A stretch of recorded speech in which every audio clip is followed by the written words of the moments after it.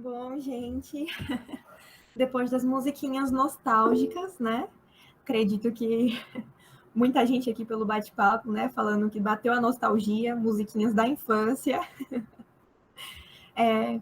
Pelo horário e pela quantidade de gente na sala, eu acho que a gente já pode começar, né, Ale? Já podemos? Então, gente, o Genial Talk de hoje vai ser sobre estereótipos na infância, dentro de uma questão de gênero e raça, né? E a gente vai falar sobre essas questões que têm sido bastante veiculadas ultimamente na mídia, né? Sobre coisas de menino e coisas de menina. Antes de tudo, eu queria falar um pouco sobre a palavra estereótipo, né? Que é a concepção baseada de ideias preconcebidas sobre algo ou alguém, sem seu conhecimento real, geralmente de cunho preconceituoso ou repleto de inverdades, né? Então, quando a gente vai se falar sobre os estereótipos da infância, se faz necessário a compreensão que estamos dentro de uma ficção social de gênero, né? Que é essa performance de gênero que se existe. Então, ao se falar sobre os estereótipos na infância dentro das questões de gênero e raça, se faz necessário a compreensão de que a nossa sociedade ela generifica tudo. Todas as formas, todas as coisas relacionadas ao ser humano, elas foram binarizadas dentro desse sistema sexo-gênero, né? Então, o comportamento, ele foi tipificado, ele foi enclausurado e transformado nessa coisa, né? Binária, homem e mulher. A menina, ela tem um jeito correto de se sentar, o menino, ele tem um jeito correto de se falar, de se brincar. Então, vai se perceber como essas coisas, elas vão limitar as crianças em suas vivências, em suas identidades, né? A gente percebe o êxito que esse sistema ele tem em capturar as nossas identidades dentro dessa estética que é passada por eles, né? Eu estava comentando antes disso com Ingrid sobre as raízes de tudo isso as raízes dessa árvore que a gente está colhendo os frutos, né? Então, vai se pensar muito num sistema socioeconômico que se alicerçou nessa necessidade de uma família nuclear que é heterossexual, né? Porque as famílias homoparentais e a homossexualidade, ela representou e ela representa esse perigo para o capital e para o capitalismo da, da inexistência, né? de fazer com que tudo isso acabe, porque antigamente era necessário a força de trabalho, né? Ainda assim é necessário para o capitalismo. Então, essas famílias, elas representavam a perca, né, dessa força de trabalho e dessa força de reprodução que é atrelada às mulheres. Então, por isso que se surge toda essa estrutura de controle sobre os nossos corpos e sobre as nossas crianças, né?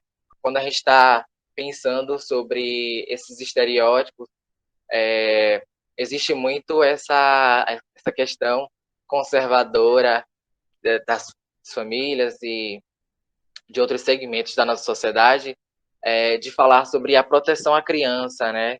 Sobre o ensino da sexualidade e das questões de ideologia de gênero. Mas quando a gente está pensando nisso, quais crianças são essas crianças que eles estão querendo proteger? Qual é o gênero dessas crianças? Qual a raça dessas crianças? Que são sempre brancas, cis e hétero. Quem defende as crianças negras? Quem defende as crianças queer? Não existe. Então, esses estereótipos, eles existem para minar as possibilidades de existência das nossas identidades e dos nossos corpos, né? Das nossas práticas. Eu estava também refletindo muito sobre como a mídia ela vai invisibilizar, por exemplo, a questão da representatividade negra. E existe uma dificuldade, não vou nem dizer dificuldade, mas uma inexistência dessa representação dos corpos pretos nesses espaços, né? Quando criança, eu pude perceber que não existia essa representatividade dentro dos espaços. Eu não via bonecas negras, eu não via desenhos com personagens negros. E tudo isso ainda existe, tudo isso ainda se reverbera. Quando a gente vai se pensar nessa proteção das crianças, está sempre protegendo a criança branca, a criança rica, a criança cisgênero, né? Quem defendeu a Agatha Félix quando foi morta dentro de sua casa? Ninguém defende essas crianças. Esse sistema ele tá posto à destruição de outras identidades marginais, né? O desvio ele vai existir para nomear a norma, né? Aquilo que é tido como natural. A heterossexualidade e a homossexualidade elas vão se retroalimentar nesse sistema, porque para dizer o que é hétero, eu preciso dizer o que é homossexual, né? Para dizer o que é errado, eu preciso dizer o que é certo. Enfim, hoje estamos aqui com duas convidadas incríveis, que é a Ladiane e a Anísia.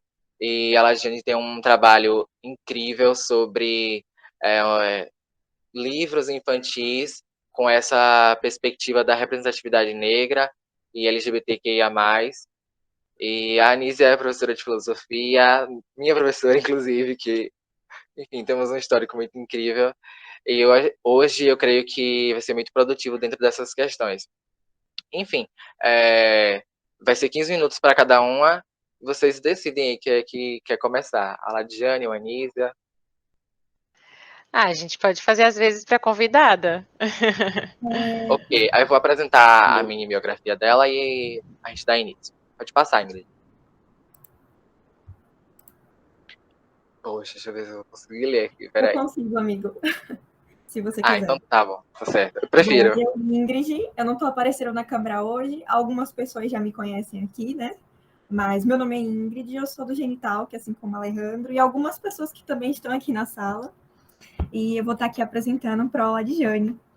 Na mini biografia dela temos: nascida na cidade de Salvador, Bahia, em 8 de junho de 1980, docente e coordenadora pedagógica em Lauro de Freitas, formada em pedagogia em 2018 e mestra em educação em contemporaneidade em 2012 pela UNEB.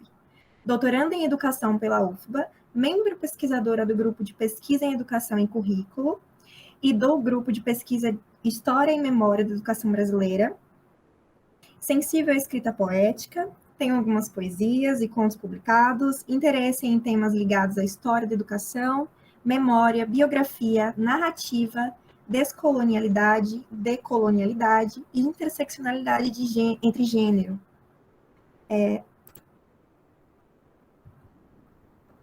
Entre gênero, raça e classe dos grupos populares. Pro Ladiane, sinta-se à vontade. A senhora já quer que eu apresente seu slide? Boa tarde, gente. Quero sim, Ingrid. E agradeço, inclusive.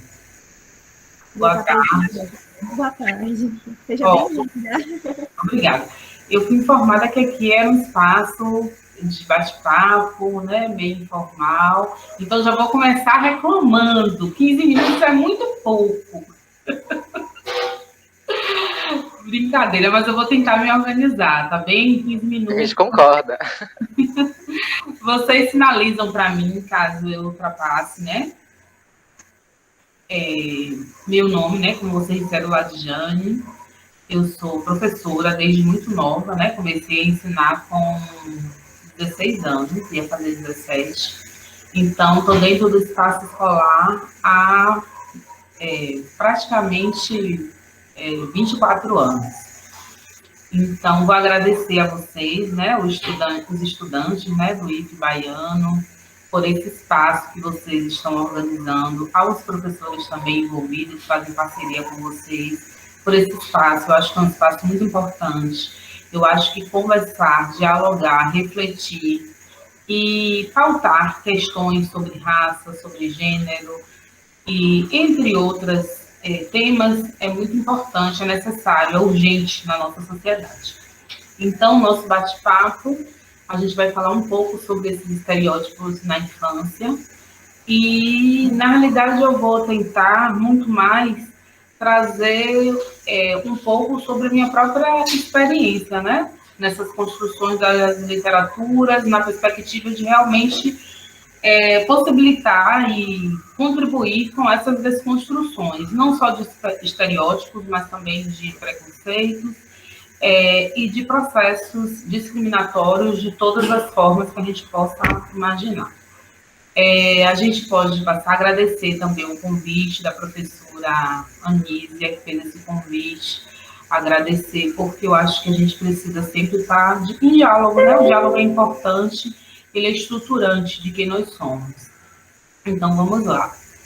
Então, esses estereótipos na infância, né? Eu coloquei uma fotografia de uma menina.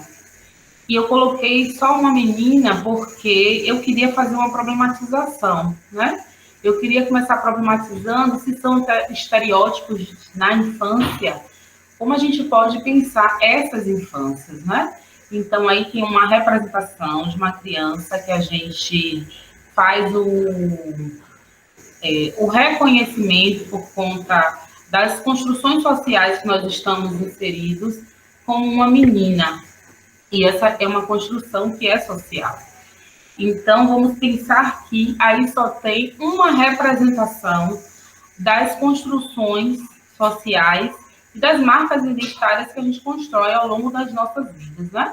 Então, eu coloquei para a gente fazer essa provocação, pensar sobre a infância, pensar sobre as nossas infâncias, pensar das representações que foram construídas por nós e foram construídas para nós, né? Então, isso é muito importante. Vou pedir para passar para o próximo slide. Nesse próximo slide, na realidade, Alejandro, não é isso? Ele já trouxe um pouco sobre estereótipo, né? E aí eu trouxe uma contribuição. O termo, na realidade, a origem dele era um significado, vamos dizer assim, objetivo para um processo, vamos dizer assim, técnico, né? De produção mesmo, de jornais. Então, foi um termo cunhado desde 1798, né, por um tipógrafo francês, e, na realidade, se tratava realmente de indicar as lâminas, né, de chumbo mesmo, usada no processo de estampa para produzir diversas cópias, né, de uma mesma página. E foi relacionado para essa produção desses jornais, né. Então, é importante a gente perceber a origem, até porque é importante a gente ver como a gente vem se apropriando e os usos que a gente vai fazendo dos termos e a quem ele vai servir. A gente vai passar para o próximo slide. Esses slides são bem introdutórios para a gente só refletir um pouco sobre, né? E aí é só em 1922 que esse conceito ele acaba trazendo o sentido das representações mentais, né? Uma tentativa de pensar de uma maneira teórica essas representações mentais, né, que a gente projeta, né, da nossa realidade nessa nossa relação com o nosso cognitivo. E aí a sociedade, a gente pode ir para o próximo slide, podemos ir, e aí a gente pensar o que é estereótipo hoje. Eu, na realidade, trouxe dois conceitos, né, esse aí é do mesmo autor anterior, e eu trouxe um outro conceito para pensar esse estereótipo na atualidade. Então, seria, né, estereótipo se indica com frequência, generalizações simples, né? Às vezes, caricaturas utilizadas, sobretudo, para qualificar grupos ou pessoas. Por vezes, são usados estereótipos também para classificar de forma grosseira algumas categorias de ações ou modos de discutir. Eu queria passar para o próximo slide, porque o outro slide, eu acho que ele traz alguns conceitos. Inclusive, Alejandro utilizou alguns conceitos, né, que são importantes para a gente pensar estereótipo, né? Pode-se definir estereótipo social como crença coletivamente compartilhada acerca de algum atributo, característica ou traço psicológico, moral ou físico, atribuído extensivamente a um agrupamento humano, formado mediante a aplicação de um ou mais critérios, como, por exemplo, idade, sexo, inteligência, moralidade, profissão, estado civil, escolaridade, formação política e filiação religiosa. No próximo slide, eu trouxe alguns destaques sobre o estereótipo, né? Então, tem alguns conceitos que são conceitos muito importantes para a gente pensar o estereótipo, né? Pensar essa conceituação, essa definição. Então, é um conceito ou imagem pré-concebida, padronizada e generalizada.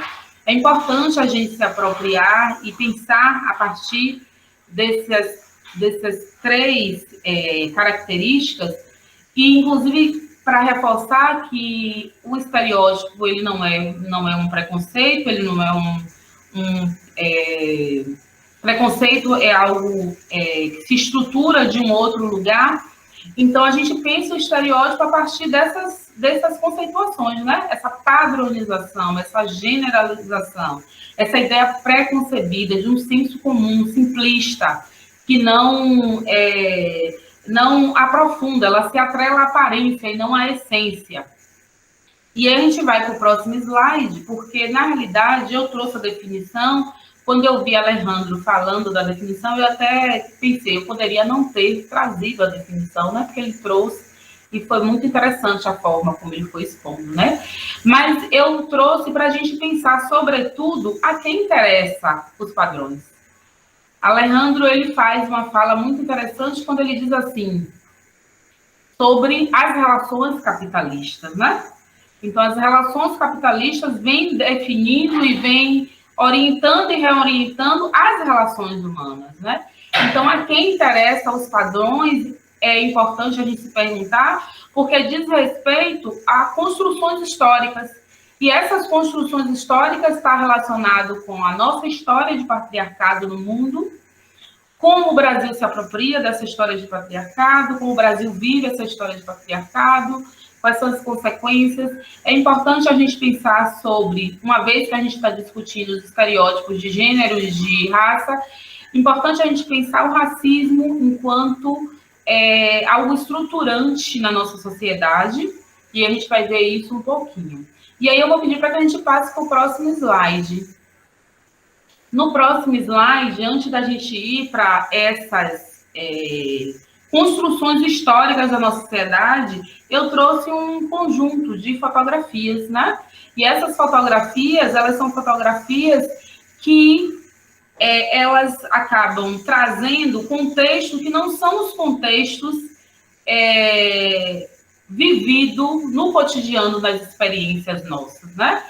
A experiência humana é uma experiência complexa, as relações humanas são relações complexas e a gente busca a todo tempo simplificar o que não é para ser simplificado. Se a gente vive um mundo e a gente vive uma experiência humana de complexidade, por que a gente quer simplificar essa experiência?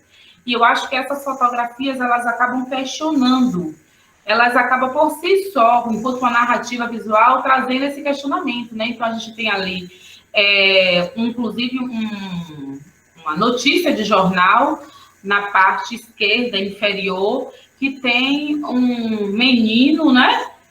Vestido com aquilo que a gente atribuiu para ser indumentárias de meninas. E aí, a notícia diz assim, vamos falar sobre ele, né? E aí a gente pode reconhecer, a partir dessa narrativa visual, das nossas próprias lembranças, que essa experiência no mundo não é uma experiência normatizada. Não é normatizada porque a sociedade construiu um padrão sobre sermos meninas e meninos, sobre sermos homens e mulheres na nossa sociedade. Se a gente observar todas as fotografias, a gente vai ver que elas acabam trazendo, nas suas narrativas visuais, expressões de um contexto que não são contextos normatizados na nossa sociedade. Então, a gente tem meninos brincando com bonecas, a gente tem meninas jogando bola. Isso não quer dizer que essas experiências já não não venham ocupando um lugar na sociedade. O que eu quero dizer aqui é que essas experiências são experiências que ainda elas são escassas para a totalidade das experiências que a gente vivencia, né? Ou nas nossas comunidades, ou nas instituições das quais nós fazemos parte, ou em outras instituições, ou em contextos de outras sociedades, né? E aí a gente passa para o próximo slide, e no próximo slide eu trouxe um livrinho, né? Para poder falar um pouco sobre a questão que eu falei anteriormente. Esse livrinho é uma literatura infantil, né? Que é de Janaína, e Janaína, ela traz um livro, a literatura infantil, que assim, pode pegar, né? O título já chama atenção nossa, porque se pode pegar, já nos coloca a pensar, gente, eu tô como um tempo, 15 minutos foi muito pouquinho, não sei se vai dar não, viu? Tô tentando, não sei como é que vai ser. Então, esse livro é um livro que... Fique tranquila, Ladijane, fique tranquila. Né? Quem levantou a mão foi alguém aqui. Maurina Damascena, você conhece? Ela que levantou a mão. Quem levantou a mão foi Maurina Damascena. Mas não, foi alguém que talvez queira falar depois. Tá bom. Tranquilo, senhora, tudo bem. Fique à vontade, Ladijane. Tá certo. Então, eu não vou correr tanto. Então, Pode Pegar é um livro que já desperta a gente, né? O que é que pode pegar? E esse livro vai trazer uma narrativa sobre que meninos podem pegar roupas que são roupas de meninas, né? Porque essa é uma construção social. A gente construiu definições, e são definições, inclusive, cruéis, porque as roupas das meninas é para um disciplinamento dos corpos. Eu já fiz alguns estudos sobre o uniforme escolar, e à medida que eu estudei o uniforme escolar, eu precisei estudar sobre a existência das indumentárias e sobre a história das indumentárias. Então, as roupas das meninas são roupas para disciplinamento dos corpos e docilização desses corpos. Então, isso é muito importante para a gente refletir. Então, as meninas e os meninos podem pegar qualquer roupa, né? E isso é tão forte que toda vez que eu falo sobre essas questões, as pessoas se indagam, não, porque tem a roupa de menina. Isso foi construído socialmente. E desconstruir também não é algo fácil, é algo difícil, né? É algo complexo na nossa sociedade. A gente vai para o próximo slide, e o próximo slide é um slide, faltou um, eu acho que eu devo ter trocado a ordem. O outro que eu estou dizendo que faltou, você passa só mais um para eu ver se eu coloquei depois? Não, pode voltar, então eu não coloquei não. O slide era sobre... era esse aqui. Ceci, você volta para aquele? O Ceci? Não volte, vai voltando início. Isso, início. Acho que foi por fim. Então, o outro livro que eu tinha colocado ali, esse aí, que é Ceci tem pipi, é uma pergunta, né? E essa pergunta, Ceci tem pipi, na realidade, é um livro que vai narrar um pouco essa descoberta das crianças sobre os seus corpos, né? E os corpos das crianças são espaço de existência. E se é espaço de existência, elas precisam conhecer os corpos delas. E nenhum corpo é lido sem a experiência do outro corpo, porque a gente fez diferenciações, né? E diferenciações no privado, né? As crianças, no processo de descobrir seus corpos, de viver seus corpos, inclusive ter uma experiência feliz com seus corpos, eles são privados de experimentá-los, né? E experimentar é sentir de todas as formas, inclusive pela perspectiva do prazer. Quem nunca ouviu aqui aquela expressão que diz assim, as crianças estão fazendo ousadia, né? É claro, o olhar do adulto é um olhar de acompanhar, de observar, inclusive criar processos educativos, né? Junto às crianças. Mas as crianças estão se descobrindo, e às vezes a gente traz algumas...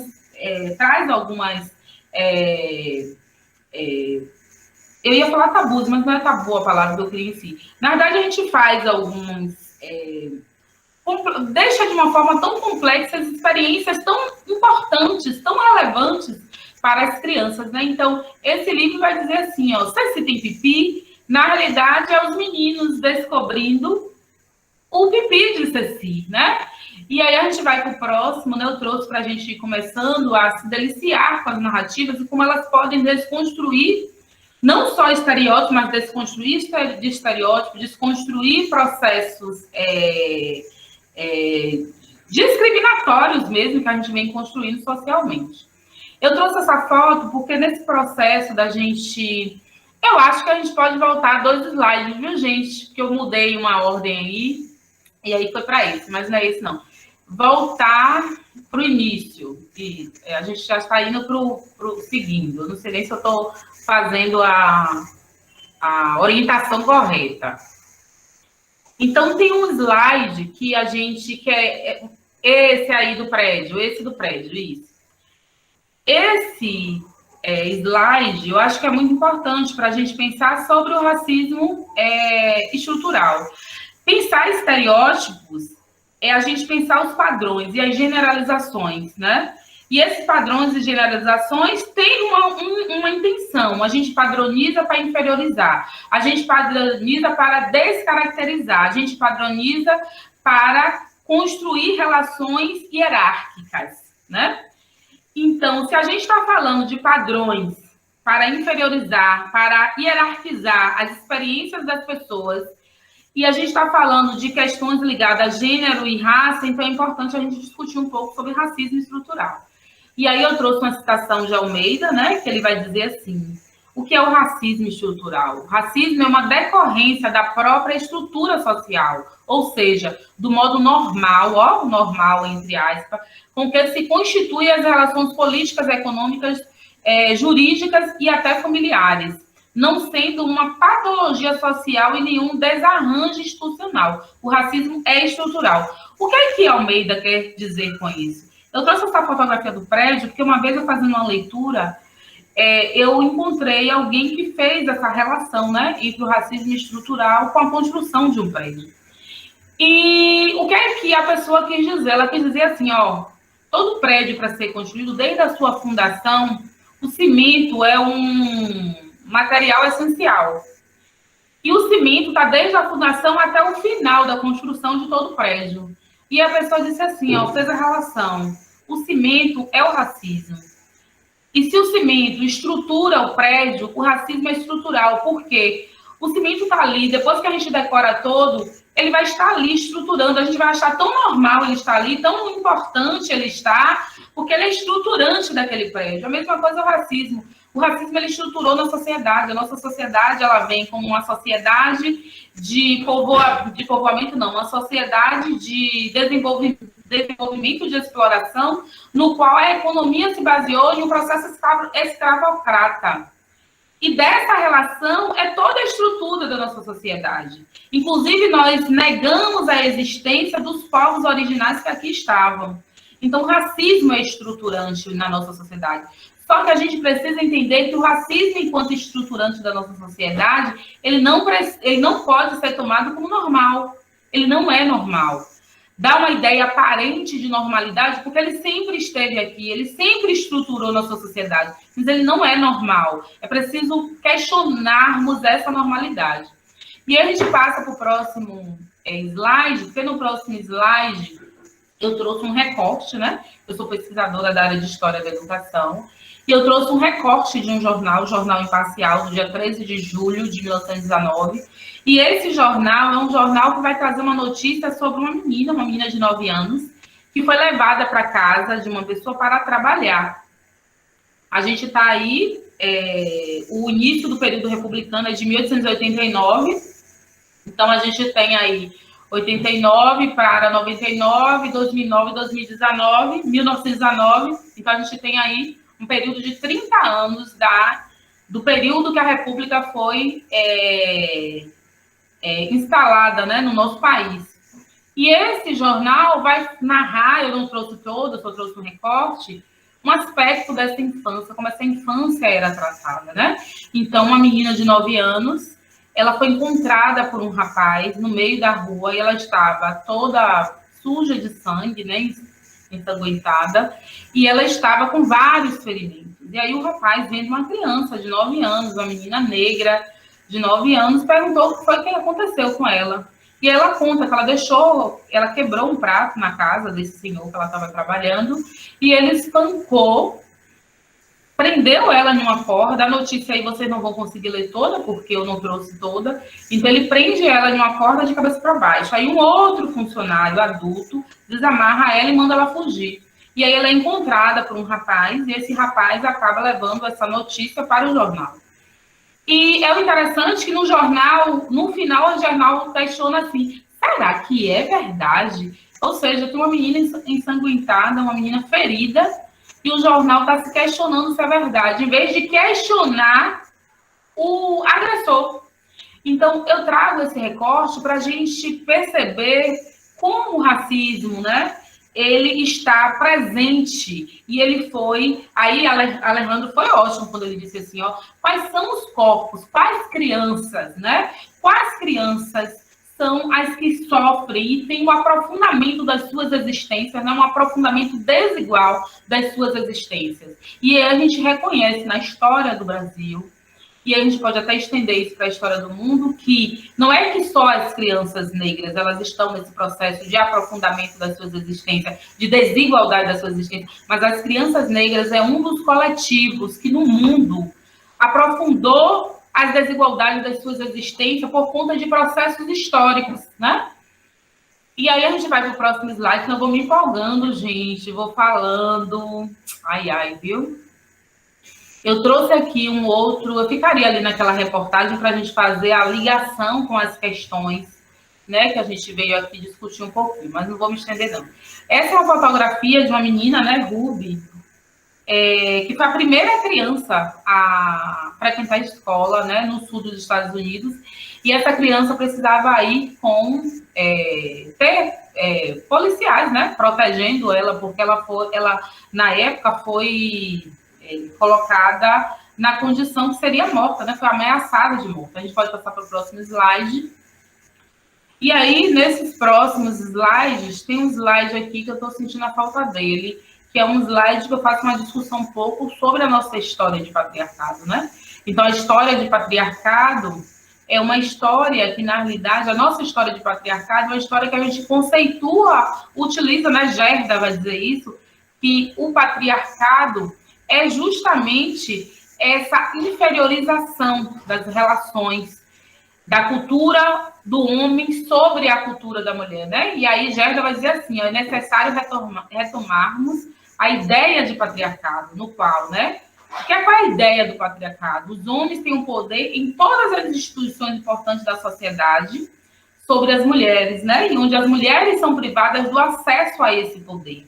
E a gente sabe que nessa história, nesse processo histórico, onde o patriarcado se consolidou, inferiorizando a cultura feminina, inferiorizando a existência das mulheres, a gente sabe que, pensando no Brasil, são as mulheres negras, sobretudo as mulheres negras, as mulheres trans negras, as mais violentadas no seu direito de existência. E essa é uma responsabilidade que é uma responsabilidade da sociedade. Essa é uma responsabilidade nossa de discutirmos e de desconstruirmos essa ideia dessas experiências de racismo estrutural, dessas ideias de patriarcado que estão colocadas na nossa sociedade. E aí a gente volta, quem está passando é quem mesmo, que eu já ia agradecendo esse esforço de ir voltar, que os slides, eu não sei o que foi que aconteceu, que eu fiz. Então, já estou agradecendo, viu?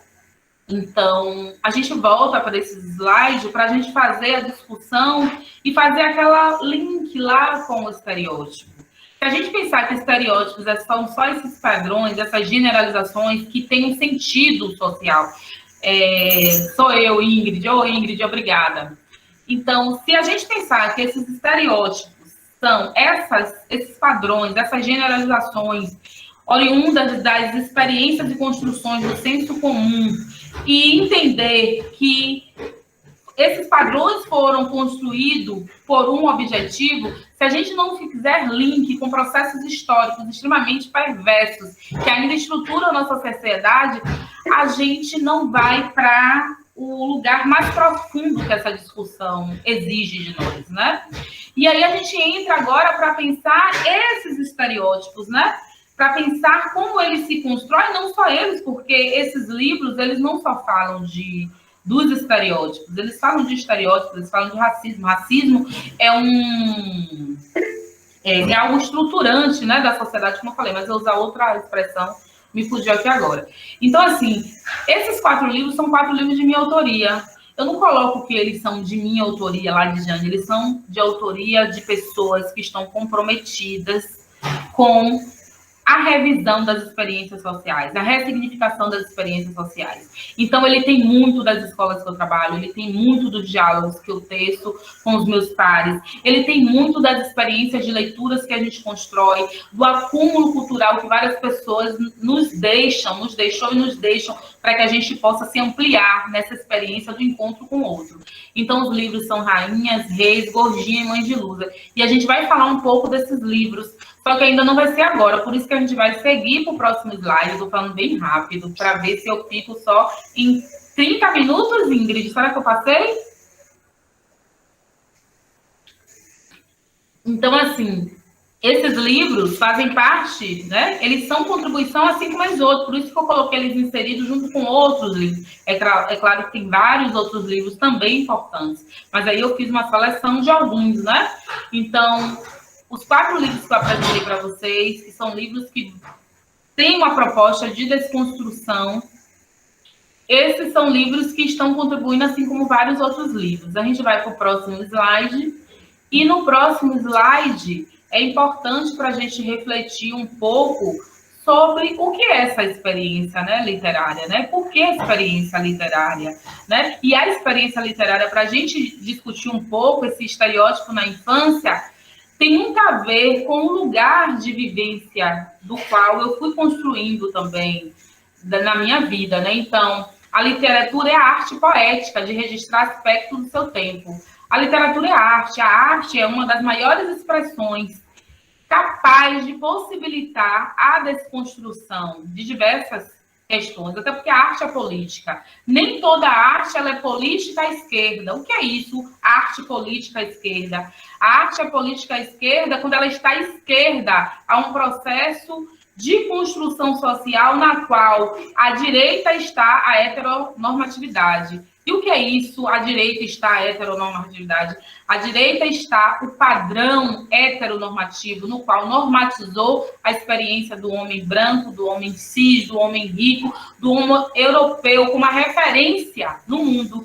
Então, essas literaturas, elas estão à esquerda. Elas são arte poética, através dos registros, né? A palavra é a expressão dessa arte. E ela é política, e política à esquerda, porque ela questiona essa experiência e essa estrutura heteronormativa.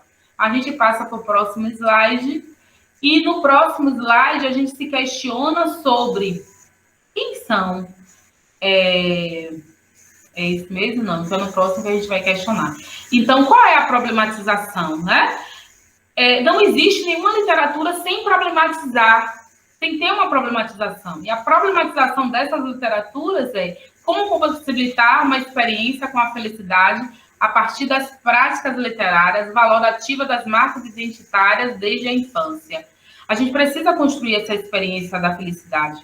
Quem me apresentou esse conceito foi a professora Nacimária Corrêa do Patrocínio Luz, uma professora aposentada da UNEB hoje, e que ela disse assim, a experiência da felicidade é porque os nossos ancestrais já viveram e já sofreram tanto que a gente precisa, no hoje, construir a experiência da felicidade. Então, os livros, as literaturas que eu apresentei para vocês, elas questionam esses estereótipos, elas questionam esses padrões, elas questionam práticas de preconceito, porque a gente precisa, é necessário a gente viver essa experiência de felicidade. E aí, Ingrid, a gente vai para o próximo slide, porque no próximo slide a gente está se perguntando quem é que está autorizado, né? Quem é que está autorizado a viver essas experiências literárias, né? E aí, quem está autorizado, qual é um dos objetivos, né, dessas literaturas infantis? É contribuir com possibilidades outras que permitam práticas literárias para uma educação antirracista, anti-homofobia, anti-gordofobia e ressignificadora de estereótipos, entre outros, né? Bem como construir livros paradidáticos, né, no caso são os livros, para o trabalho docente em uma perspectiva amplamente literária. Então, eu penso que a literatura é uma possibilidade importante para a gente desconstruir essas práticas que são práticas favoráveis a essa estrutura heteronormativa.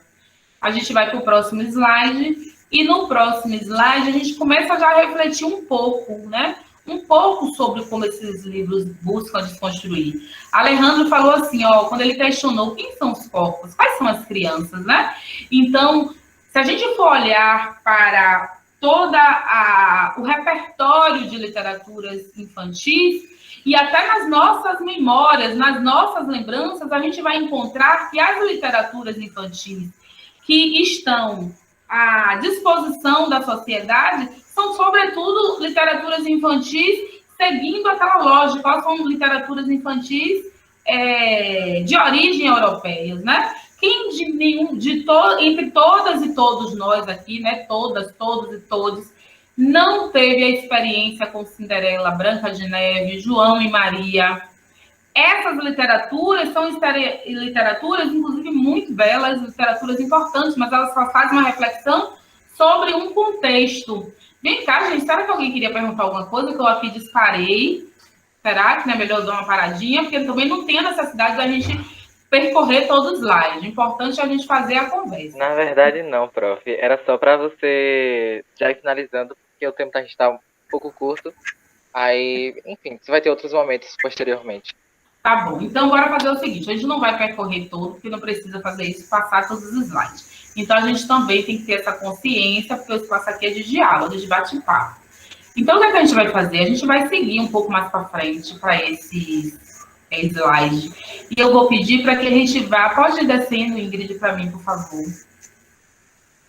Eu queria que você parasse nesse penúltimo slide, no penúltimo. Tuba, só mais um, Ingrid, por favor. Então, assim, seria ótimo para mim aqui, viu, gente, falar um pouco para vocês sobre como essas literaturas... não, vou pedir para subir mais um pouquinho, viu? O terceiro, o próximo. Então, assim, essas literaturas são literaturas que... Essa daí, inclusive, traz uma discussão de gênero. Eu trouxe essa imagem dessa fotografia, dessa ilustração dessa página, porque é uma página onde a personagem desse livro, que é Mãe de Luz, é um livro da história de duas mães, e na qual essa criança, ela conta a história do nome dela, e à medida que ela conta a história do nome dela, ela apresenta as suas duas mães, né? Que é aquilo que a Alejandro fala no início, essas famílias nucleares, né? Elas não representam a totalidade e a diversidade das famílias. Então, esse livro busca trazer de uma maneira muito tranquila, de uma maneira muito empoderada, né? Um lugar de empoderamento dessa criança sobre essa experiência que ela tem com as suas duas mães.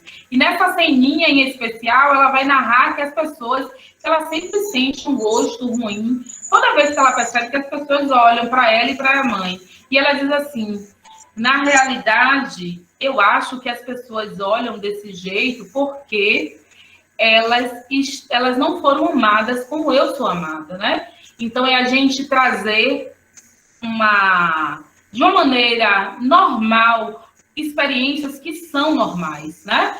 Então, tem um autor que diz assim, ó, vamos fazer do outro normal. A gente quer que o normal seja o padrão, mas o normal é o outro, ou seja, o diferente. É esse que é diverso, né?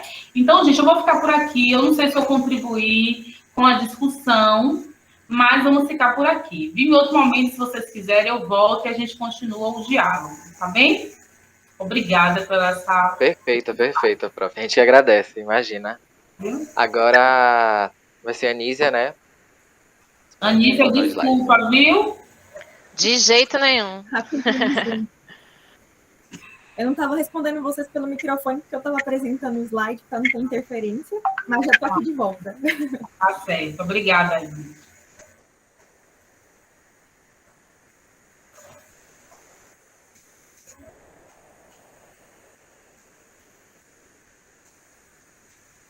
Ale, já pode apresentar para a Anísia. Pronto.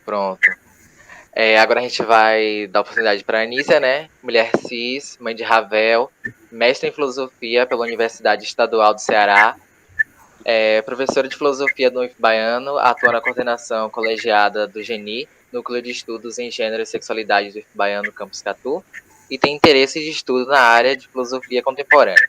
Já participou de movimentos da teologia da liberação e diálogo interreligioso, de movimentos de mulheres e é afiliada ao PSOL. Agora, a Anísia, se sinta à vontade. Obrigada, Alejandro. Obrigada, Ingrid. Obrigadíssima, Ladijane. Absolutamente, você não precisa desculpar em absolutamente nada. Maravilhoso te ouvir, riquíssimo. A gente tem que aproveitar as convidadas, né? Quando vem os convidados e as convidadas sempre, estamos em casa. Bom, o bom de falar depois é que a gente já corta várias coisas, porque quem nos antecedeu já brilhantemente colocou muitíssimo, começando de Alejandro, que foi muito cirúrgico nessa fala introdutória, e Ladijane, que apresentou muito bem o seu trabalho aí a respeito de raça, né? Eu queria ouvir um pouquinho mais dos seus livros, né? Mas aí você vai ter o bate-bola, você volta, fala deles, viu, Ladijane? Tô com eles aqui, inclusive, Ravel é leitor, não é leitor, mas eu leio para ele, dos seus livros aqui em casa, então a gente está muito feliz com você aqui, tá bom? Minha participação aqui hoje, na verdade, né, é muito do lugar de mãe de um menino, né, nessa contemporaneidade e na preocupação da gente trabalhar uma educação que fuja justamente desses estereótipos e dialogar um pouco, obviamente, com as coisas que a gente vem estudando aqui no GNI. Então, eu vejo a ideia dos estereótipos, né, em conformidade com o que a Jane já colocou, uma sinalização da cosmovisão de uma sociedade a respeito de algo. Então, quando a gente padroniza, né, quando a gente tem ali um senso comum a respeito daquilo, quando a gente fala sobre gênero, sobre relações de gênero, quando a gente fala sobre corpos que não são brancos, né, quando a gente fala de um padrão, ou heteronormativo, ou que seja um padrão estabelecido de raça e de qualquer outro, a gente sinaliza ali qual que é a visão de mundo daquela sociedade. É o que está na hegemonia. Obviamente, a gente não está dizendo que é sempre o todo ou a totalidade, mas é o que está nas entranhas das constituições das instituições. Porque cada instituição, e aí vamos pensar Estado, escola, justiça, religião, família, né, grupos sociais, cada uma dessas instituições, e a família é uma poderosa em relação a isso, elas vão ter objetivos separados.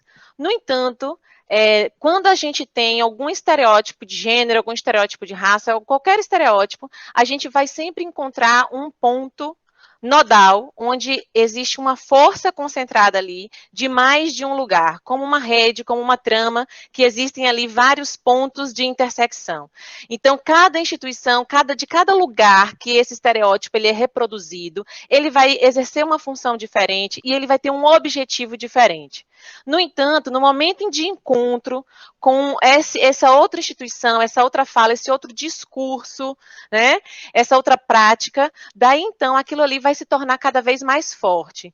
E isso constitui e vai constituindo e vai formando a sociedade, vai formando a cultura, vai formando, inclusive, como que as instituições elas vão se sedimentando. Eu adorei muito a metáfora de Ladijane a respeito do cimento, né? Quando ela fala do racismo estrutural.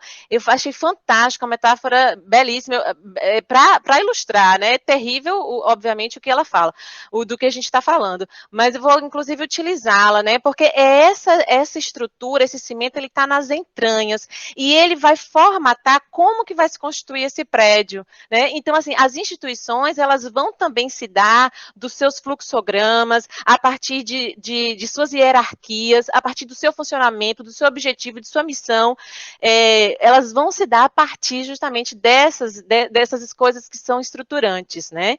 E os estereótipos de raça e de gênero, por exemplo, a heteronormatividade e o racismo, ele, infelizmente, é uma dessas estruturas da nossa sociedade. Então, isso é como a microfísica do poder, né, que o Foucault fala. A heteronormatividade, aqui partindo bem a respeito do gênero, né, o poder dessa heteronormatividade, ele precisa que haja uma produção de corpos. Ele precisa que haja produção de corpos masculinos e femininos muito bem definidos. E isso começa desde a infância. Na verdade, eu acho que não sei se quem vem primeiro se o ovo ou a galinha, né? Mas eu ia falar que começa desde a mulher quando ela engravida. Né? Mas acontece que é o seguinte, essa estratégia do poder, né, da heteronormatividade, vai fazer com que haja a necessidade de, desde até a infância, desde o início, aquele ser vá sendo subjetivado para se tornar aquilo que a sociedade espera dele. E o que a heteronormatividade espera? Espera que um menino exerça as funções do que se tem de ideia do que é o masculino, e uma menina exerce as funções, os papéis sociais e tudo mais do que se tem como o feminino, né? E isso tudo muito bem definido, com o fim de que no final eles venham exercer a sua sexualidade a partir da heterossexualidade. Então, a heterossexualidade, a heteronormatividade, que a gente chama inclusive de compulsória, ela preconiza a produção de corpos femininos e masculinos. E isso, então, é o que a gente está trabalhando aqui. Isso acontece desde a infância. Eu falei que eu gosto de falar que vem desde de quando a mulher engravida, né? Porque, afinal de contas, é essa mulher grávida que vai comprar o enxoval, é essa mulher grávida que vai ser a maior responsável, pelo menos é o que o padrão permite, pensa e deseja, que ela seja maior responsável no cuidado dessa criança e, inclusive, no direcionamento dessa produção desses corpos, né? E é também no momento da gravidez onde há uma romantização gigante a respeito da maternidade. E aí, se a gente for, né, viajar um pouquinho a respeito da ideia de Eva versus Maria, se a gente for pensar e que a maternidade ela vem a partir do símbolo, né, mariano, resgatar ou salvar essa mulher do lado pecaminoso que Eva que trouxe para ela. Então, a maternidade salva as mulheres, né? E esse é um momento de presa fácil, vamos dizer assim, para que essa mulher caia nos princípios da heteronormatividade. Então, há uma romantização a respeito do mito do amor materno, né? Então, isso tudo, né, está muito entrelaçado com um objetivo depois, e obviamente que o objetivo primeiro não é esse, os objetivos são múltiplos, como eu falei no início, mas eles se encontram. E no momento que eles se encontram, nessa hora da criação dos filhos, ele vai se encontrar, então, para fazer acontecer essa heteronormatividade compulsória. Bom, se a gente for falar aqui do enxoval e o mundo do bebê e da criança, né, é terrível. Assim, partindo um pouco para a minha própria experiência, a gente tentando fugir do azul, né, ou tentando colocar outras cores, inclusive propositalmente o rosa no enxoval de bebê, é impossível, não tem para comprar.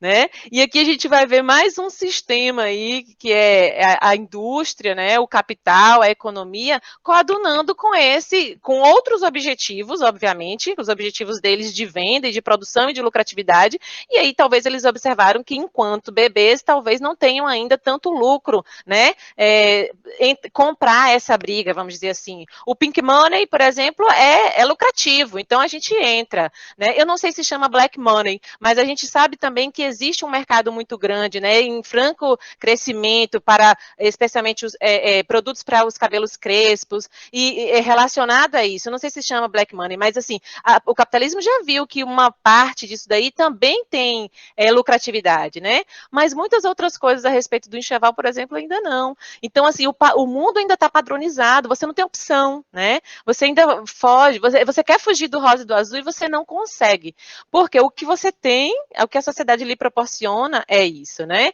Obviamente que a gente eu percebo muito, né, que a partir dos 3 anos, por aí, a gente vai tendo outras coisas, né, a gente vai conseguindo ter, a gente já consegue muitas outras coisas, mas é pouco, é raro, é difícil tentar descolar essa coisa da cor, que foi mais uma vez produzida também, né? Bom, pelas questões do marketing lá depois da Segunda Guerra Mundial, antigamente o rosa por parecer o vermelho era a representação dos sacerdotes da religião católica, o vermelho sempre foi do masculino, né, tido como para o homem, porque era uma cor mais forte e tudo mais, e o véu de Maria azul, então o azul era da mulher. Então essas construções vão mudando a partir dos interesses, e especialmente o rosa e azul, dos interesses econômicos. Mas hoje é muito difícil a gente conseguir fugir disso daí. E a internalização da cultura, ela vem a partir da socialização para as crianças, né? Então, é a socialização que essas crianças têm com os pais, com a família, depois com outras crianças na creche e com os adultos da creche e com todos os outros adultos que ela tem contato, né? E com o ambiente. Aí é que tá, né? A gente tenta fazer uma outra coisa em casa, mas somos uma voz, às vezes, muito pequena diante do mundo. Porque dentro de casa, os nossos filhos ouvem algo que você gostaria de passar.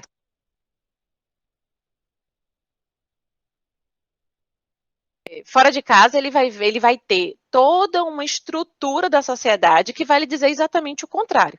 Então, é muito difícil, né? É muito difícil. E quando os meninos lembraram disso recentemente, a gente pensando no tema de hoje, eu levei Ravel para o IFE, acho que... Alejandro, vocês conheceram o Ravel, ele tinha uns 2 anos, não foi? Acho que foi, 2019, 2020, eu não vou lembrar. 2019, finalzinho de 2019. E aí... Alejandro estava com um batom que eu invejo, aquele batom vermelho bem vivo, né? Aquele vermelho sangue. Eu não sei qual é o número, eu já lhe pedi uma vez.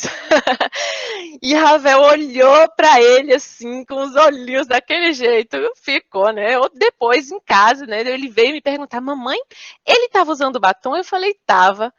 Eu bonito, né? Você gostou? Ele, sim, bonito, gostei. E pronto, ele não falou mais nada, eu também não, e seguimos, né? Mas o quanto é importante a criança ter outras referências, para que a voz da gente em casa não seja uma voz pequena, surda, né?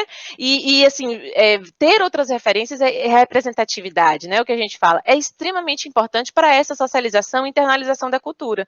Então, ouve uma coisa em casa, vê uma coisa fora, e isso vai corroborando, né? Eu tenho uma outra... um outro exemplo que eu não ia trazer, e a Ana Luísa outra noite falou assim, mostre foto, que é justamente a ideia da normatização dessa demarcação dos gêneros, né, que é a condução das relações de gênero. Como que a gente faz essa condução? Que é partindo dessa mesma coisa. Teve uma vez... Eu vou apresentar aqui bem rapidinho. Eu vou apresentar algumas coisas, pouca. Eu não sei como é que eu tô de tempo aí. Vocês vão me avisando. Tá bem de tempo ainda, Pro. Tá, beleza. A gente gosta muito de ir pro carnaval e levar ele lá pro Pelourinho. Aí, eu gosto de fantasiá-lo, né, para ele ter essa experiência. E as crianças, elas fazem isso, né, elas se travestem, elas se performatizam, né, muito tranquilamente. Então, as mesmas vestes, né, todas elas usam, né? Então, nas escolas que tem aquele camarim do teatro, então todo mundo pode usar tudo, e isso é super bacana.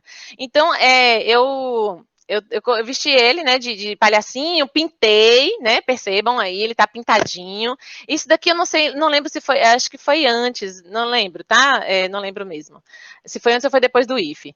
Aí, de outros, né, pintei o olho aí desse shake maravilhoso. E lá no Pelourinho, teve um dia que ele não foi de nada, assim, de fantasia nenhuma, né, mas tem aquelas pinturas faciais para criança, né? Aí, ele escolheu uma pintura, ficou super quietinho lá e pintou, então ele super gosta. Aí teve um dia que ele chegou para mim em casa, assim, do nada, uns 4 meses depois do período carnaval de fevereiro, né, isso foi lá para julho, mais ou menos, que eu vou contar agora. Aí ele chegou para mim e falou assim, eu tava mexendo nas maquiagens, então ele falou assim, mamãe, passa batom em mim. Aí eu falei assim, você quer passar batom para quê? Ah, porque eu gosto, acho bonito. Eu falei, passa batom em mim. Aí eu falei assim, tá. Eu confesso, viu, gente, um parênteses, é um desafio, não é fácil, não. Não é fácil, não. A gente trabalha com isso, a gente fala isso, e na hora a gente dá aquele medo. Agora, esse frio na barriga que dá, vem muito dos estereótipos que estão aqui com a gente. A criança, ela está se internalizando, ela está se estruturando dos conceitos, do que ela está recebendo de educação, mas ela também não tem nada muito pronto, né? E a ideia de experimentar é da criança, experimentar tudo, sem nenhum tipo de conceito preconcebido, ela não tá ali falando intencionalmente absolutamente nada, ela só queria usar batom.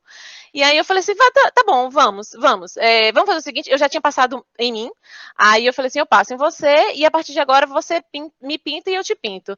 Aí quando terminou, a gente tirou uma foto. Desculpa, eu tava de dentro de casa, um dia de sábado, né, bem assim, e aí ele escolheu a cor do batom que ele queria, né, eu tava com um batom bem nudezinho, então ele escolheu um rosinha claro, aí a gente, acabou fazendo uma coisa meio que de palhaço, né? Mas observe que eu não fiz nele, né? Aquele do palhaço todo assim da boca grande. Foi o batom mesmo que ele quis, né? Ele quis passar o batom. Enfim, aí eu assistindo o curso do Ferdinando, maravilhoso, né? Que também poderia estar aqui conversando com a gente tranquilamente, que tem muita propriedade para falar sobre isso. Ele me apresentou esse texto, que aí eu vou aproveitar que eu já estou apresentando a tela e vou falar um pouquinho, rapidinho. Esse texto, Pequena Infância, Educação e Gênero, Subsídios para o Estado da Arte, da Ana Lúcia Goulart. Aí ela traz um relato no início que eu amei, né? Observem como parece muito com o que eu acabei de dizer. Josefina, professora de uma creche, estava entretida com um grupinho de crianças, a maioria delas com 3 anos de idade, que se travestiam das mais diferentes personagens. Algumas passavam batom, outras colocavam chapéus, cintos, capas, outras salto alto, e algumas meninas pediram para a Josefina pintar-lhe as unhas da mão. De repente vem o Toninho e pede que ela pinte também as suas. Era a primeira vez que assim acontecia. Nossa professora ficou confusa, preocupada com o que as mães e os pais pudessem achar disto, e para ganhar tempo enquanto pensava como proceder, perguntou para ele: você já pintou as unhas antes? Seu pai pinta as unhas? E ele respondeu prontamente: eu nunca pintei antes não, meu pai também não pinta. Bela resposta, pensou a professora. E eu, o que eu faço? Pergunto mais alguma coisa, quem sabe ele muda de ideia. De que cor você quer pintar? E decidido, Toninho responde: vermelho. E agora, lá se foi meu emprego, pensou a professora. Bom, mais uma pergunta e quem sabe tudo se resolve. Mas por que vermelho? E o Toninho responde todo feliz. É a cor do Schumacher. Eu achei isso fantástico, né? Eu achei isso fantástico. E aí, a gente... Estou trazendo, né, para a gente ver o quanto que a criança, né, ela não está ali... internalizada todas aquelas coisas assim que a gente tem na nossa cabeça, né? Ela está querendo experimentar e ela faz as relações dela, que não são as mesmas nossas.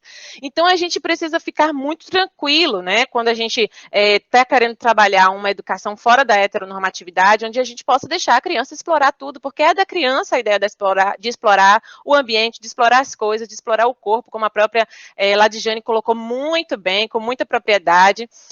E a gente precisa sempre normalizar que a criança está nessa fase de exploração e não normalizar os padrões de estereótipos que a gente recebeu. O disciplinamento dos corpos, né, e a produção da masculinidade e da feminilidade, ela é muito sutil. Ela é discreta, percebe que é no dia a dia, é uma fala. Se eu fizesse um negócio errado, assim, diferente, quando ele chegasse e me dissesse assim, mamãe, deixa eu passar batom, e eu falasse, não, meu filho, que batom é coisa de mulher. Então, é sutil, é rápido, pega a gente de surpresa, né? Então, se a gente não tiver se desconstruindo o tempo todo, a gente cai nas armadilhas, porque ela é contínua e bem ardilosa, né? Só que ela tem um problema, ela é eficiente e duradoura. Então, esse disciplinamento dos corpos, a produção do corpo masculino, a produção do corpo feminino, ela é eficiente e ela é duradoura. Isso é extremamente importante, é por isso também que a gente precisa se vigiar, né? Assim como tem o disciplinamento e a vigilância dos corpos para o padrão, a gente também tem que se disciplinar e se vigiar para a gente não cair nos padrões. E aí eu acho que a importância da gente buscar uma escola. Eu me alonguei. Eu quero contar só mais um caso rápido. Posso? Não sei que horas tenho. A gente não olha, né, Ladijane? A gente se empolga. 5 minutinhos aí. Quantos? 5 minutinhos aí. 5 minutinhos, tá. É a importância da escola, porque a produção desses corpos, ela vem muito da gente, né, da família, mas a escola, especialmente para a infância e para as crianças que já estão em creche e escola, é extremamente prejudicial. E eu tenho experiências com o Ravel, assim, horrorosas na creche que ele estava antiga. A gente, inicialmente, né, obviamente que buscar creche em Salvador é terrível. Tem a questão de logística, tem a questão de valor, tem a questão da pedagogia, e no final das contas, logística e valor pesa mais do que a pedagogia na hora que a gente vai ter que escolher. E aí a gente falou assim, não, é excelente cuidado, bora. A pedagogia depois, a partir dos 3 anos, a gente muda. Eu me arrependo hoje disso. Ele estava numa escola que tinha balé, e aí ele chegou em casa querendo fazer balé. Ravel ama música, né, e ama dança. Aí eu, atarefada com o IF, né, lá para 2019, indo e voltando para Catu todo dia, aquela coisa, aquela loucura, eu falei, meu Deus, eu preciso separar um tempo para ir na escola para ver esse negócio desse balé, não sei o que, não sei o que, não sei o que. Tá bom, filho, sei lá, passou uns 3 semanas, daqui a pouco eu perguntei a ele falou assim, não, mamãe, balé é de menina. Eu falei, como assim? Aí eu fui procurar, né, o bilhete lá que a escola tinha enviado, que realmente eu não tive tempo nem de ter visto. Quando eu fui ver, estava oferecendo balé e judô, e era balé para as meninas e judô para os meninos. Eu falei, vixe, tem que tirar a Ravel dessa escola. Tá complicado. Aí, quando foi este ano, ele tinha 2 anos. Foi o quê? 2019. Este ano, eu comprei esse livro aqui, Coisas de Menino. Tava lendo com ele. E na primeira página desse livro diz assim, que existem meninos que gostam de dançar. A gente dança quando não consegue expressar a emoção só com o rosto e precisa usar o corpo inteiro. Tem dança que é lenta, um passinho para lá e 2 para cá. Outras são cheias de pulos, com remeleixo e requebrado. E ainda tem dança em que a gente fica na pontinha do pé. Aí eu falei assim, filho, qual que é a dança que a gente fica na pontinha do pé? Ele, balé. Mamãe, balé? Coisa de menino? Aí eu disse, sim. Né, não? Eu falei, sim, filho, aqui, ó, o livro tá dizendo. É sim, balé é coisa de menino também. Ravel ficou quieto. Sabe, estatalado? Passou os 3 dias. Ele chegou para todo mundo que vinha aqui em casa, que a gente ligava as avós, para todo mundo, ele falava assim, você sabia que balé é coisa de menino? 2 anos depois, a criança ficou com aquilo na cabeça, né? Que possivelmente na escola disseram a ele que era coisa de menino. E ele chegava da escola na época, 2 anos atrás, e dizia assim, hoje eu vi as meninas dançando balé. E ele chegava em casa e fazia. Cara, obviamente ela vai sair dessa escola nesse ano, né? Obviamente. Tem outras coisas, né? Inclusive, assim, horrorosas, das questões de raça, inclusive, no período do folclore, fizeram blackface, né, para a professora que fez o papel de Saci, terrível. Depois daquilo ali, eu falei assim, Marquinhos, já era. Trouxe para ele a ideia e falei, não, né, não tem mais cabimento. Então, a escola é uma produção fortíssima desses estereótipos de raça e de gênero, dessas heteronormatividades, dessas produções de corpos masculinos e femininos, e a gente precisa observar muito essas pedagogias. Né?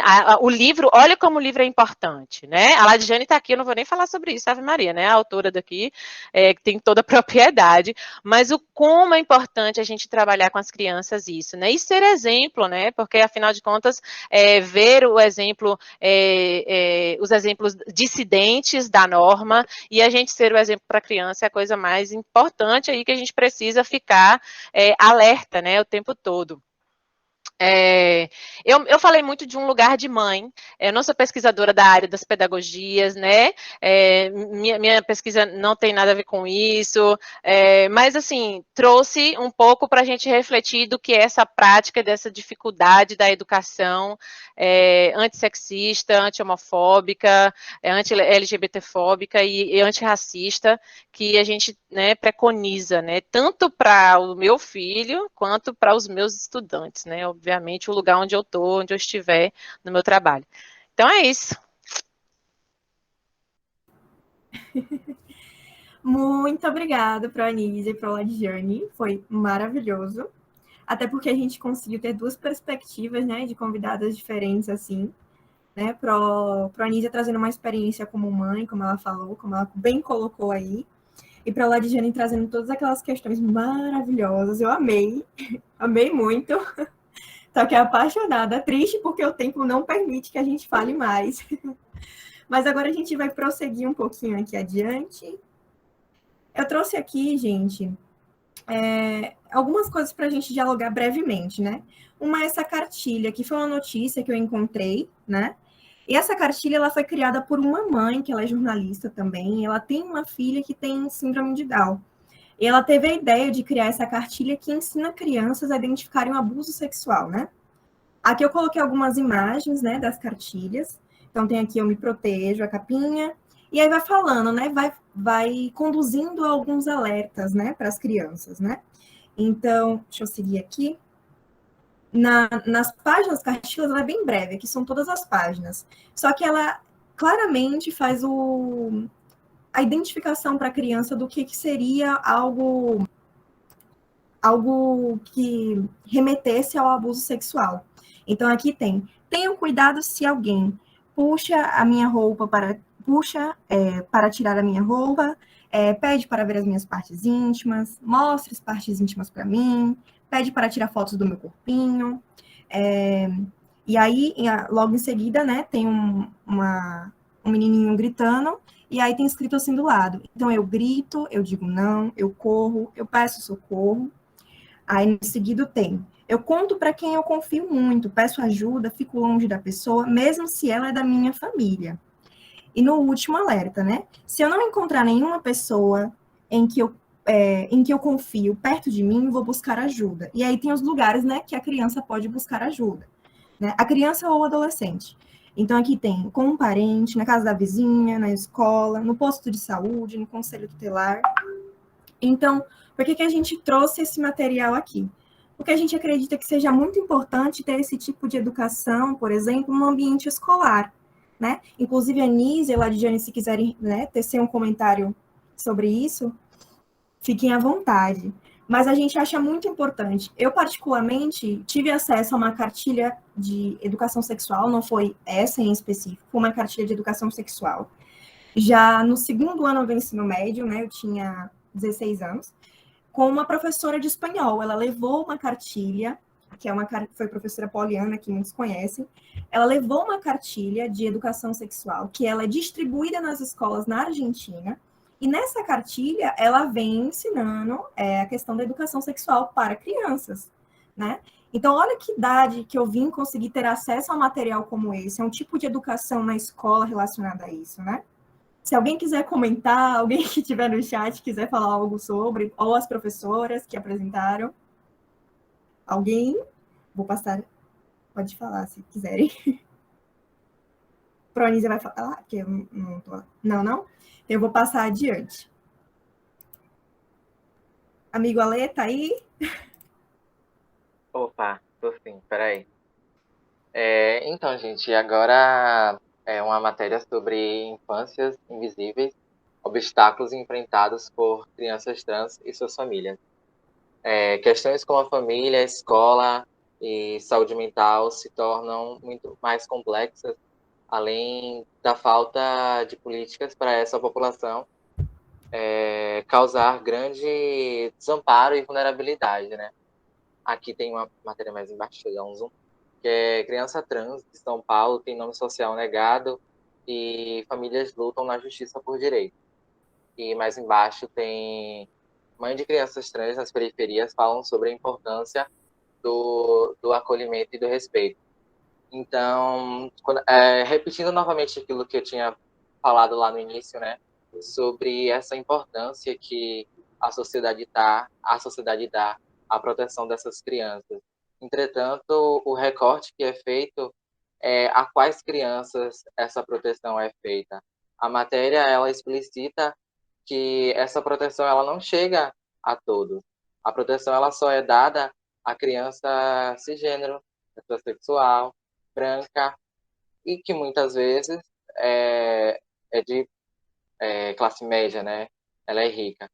Então, esse sistema ele é repleto de mazelas sociais que desestruturam as nossas identidades e faz com que elas sejam minadas, né? Pouco a pouco.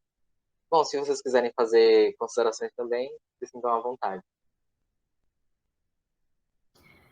Uma coisa que eu queria colocar, eu acho que foi Patrícia, né, uma das meninas do Genital, que foi uma publicação que ela compartilhou, né, conosco, que era sobre... Era uma reportagem e tinha como título que crianças trans existem, né? Como o Alejandro bem colocou, né? É uma coisa que é totalmente visibilizada, é uma coisa que, às vezes, eu até me peguei pensando, né? Que eu nunca tinha parado para pensar sobre isso. E nas literaturas, geralmente, nos livros, livros infantis, ou personagens infantis, ou coisas do tipo, a gente não encontra uma criança trans, né? Então, foi só um comentário, assim, que me veio aqui, me veio a lembrança. Mas super... Pode falar, Pro. Não, me lembrei, porque falando da cartilha, né, e trabalhando um pouco essa ideia da educação, né, tanto antissexista e anti-heteronormativa, né, e também antirracista, o papel da literatura infantil, né. Eu queria fazer um comentário que eu esqueci, que é do livro da Mães de Lusa, da Ladjane, que eu gosto muito, né, de como que ela aborda a questão. Ela falou já isso, né, mas eu queria colocar assim. Então, tanto a questão da cartilha para a educação sexual, que é extremamente importante, que essa coisa de, escola sem partido, essa ideia de ideologia de gênero aí, desse povo maluco, que fala que a gente vai ensinar a criança a fazer sexo, que coisa mais absurda, né? Não tem nada a ver, e isso é extremamente importante dentro da escola. Eu queria ressaltar a questão da perspectiva. Porque a perspectiva, né, que Mães de Lusa traz é uma perspectiva onde a menina ela é empoderada, é a perspectiva que é a história da visita do tio. Não é necessariamente a história, assim, o diferente é as duas mães, né? As duas mães, é um problema, e aí esse problema está sendo colocado para que a gente possa dirimir os problemas dele ou naturalizá-lo. Não, ele não é colocado como um problema, né? E a menina é extremamente empoderada, aí se coloca, né, se percebe o quanto que isso ainda tem problemas por conta dos olhares no ônibus, como é citado, né, mas é uma história outra, e eu achei fantástico a ideia da perspectiva, então, de trabalhar com as crianças, né, e as crianças percebem muito essa coisa, né, criança pega o exemplo, criança pega o trejeito, o comportamento, criança pega o seu olhar. A criança, ela está ouvindo ali o que você fala, mas é o que você faz, é como se comporta, é como as coisas acontecem. É a naturalidade das coisas ali é que faz ela internalizar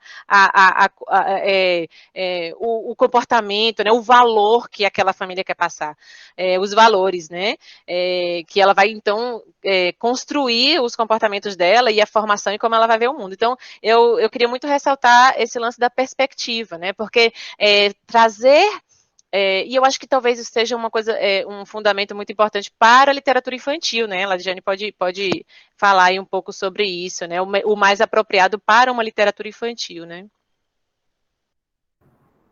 Eu vou... tá. Pode falar rapidinho? Bem rapidinho mesmo. Na verdade, eu achei assim, bem interessante, né? Até parabenizar vocês estarem trazendo essas questões. Eu achei bem interessante trazer, porque, assim, é o que eu falei anteriormente, né? O corpo das pessoas trans são os mais violentados, né? Então, a escola, inclusive, eu tive a experiência, né, de ter um menino trans dentro da escola e pude observar a escola com todas as suas características, porque a escola é o resultado da sociedade, né? A escola não produz apenas as suas construções de pensar essas experiências, a escola também traduz essa sociedade. Eu acho que pensar, quando vocês trazem, né, tanto a cartilha, quando vocês trazem para poder pensar essa experiência do abuso, mas também traz esses relatos da comunidade, de ver como as mães estão falando sobre a importância desse acolhimento. O corpo delas, no corpo dessas crianças, estão escrito uma experiência. E essa experiência precisa viver essa felicidade. É por isso que a Anísia diz assim, no livro Mães de Lusa, a questão é a história da menina. Na verdade, ela apresenta as mães dela, porque a gente precisa trazer esse aspecto de tornar isso um espaço de acolhimento. O livro enquanto um espaço de acolhimento, o livro enquanto espaço de empoderamento, e a literatura infantil como espaço de, assim, essa experiência aqui não é algo para ser questionado, é para ser experimentado. E é uma experiência para ser experimentada, para ser uma experiência da sociedade que faz parte, né? Que está entre todas nós, viu? Vou dar uma paradinha que eu vi que vocês estavam aí com uns slides, que eu acho assim bem interessante. Oi, Ferdinando, pode falar. Ferdinando? Então, boa noite, amigos. Boa noite, gente. Eu queria só projetar aqui, Ingrid, rapidamente uma imagem, que eu acho que vai muito na linha do que a gente tem falado aqui, a professora trouxe, muito bom tê-las aqui. Bom, gente, o que a gente tem colocado, eu acho que essa foi a mensagem que nós tentamos passar aqui com esse Genie Talk, é que me parece que a questão toda está em capacitar os professores para lidar com essas questões em sala de aula, na escola. Então, como desmistificar na cabeça do professor? Eu quase, quando a Anísia estava dizendo das experiências com o Ravel, né, que como as consignas, né, ele vinha com o desejo, e aí eu queria saber muito da posição do pai do Ravel. Eu acho que eu captei na última fala, me parece que porque a escola, o professor, eu falo porque passei muito tempo na educação básica, nos anos iniciais, na educação infantil também, a gente já tem uma concepção de mundo, a gente traz da cultura externa esse modelo cis heteronormativo que é nos imposto. Então, quando o estudante chega ali para romper essa barreira barreira do que é de menino e do que é de menina, a gente fica meio desconcertado. Então, no minicurso eu apresentei 2 exemplos, um caso de uma professora que ousa pintar, tanto que ela diz que, meu Deus, o meu emprego foi pro ralo. Mas tem outras questões de expulsão mesmo, velada e às vezes explícita na escola, de jovens trans, de meninos, de mulheres trans, crianças trans, que não são aceitas, né, naquele espaço. E a escola ousa, via conselho escolar, via outro documento, institucionalizar essa agressão que é expulsada da escola e aí fragilizar a sua vida por completo e condená-lo à marginalização até o fim da vida. Tem um caso aí que a gente trouxe no curso do GDE que mostra essa realidade, né, de uma menina trans que é expulsa da escola.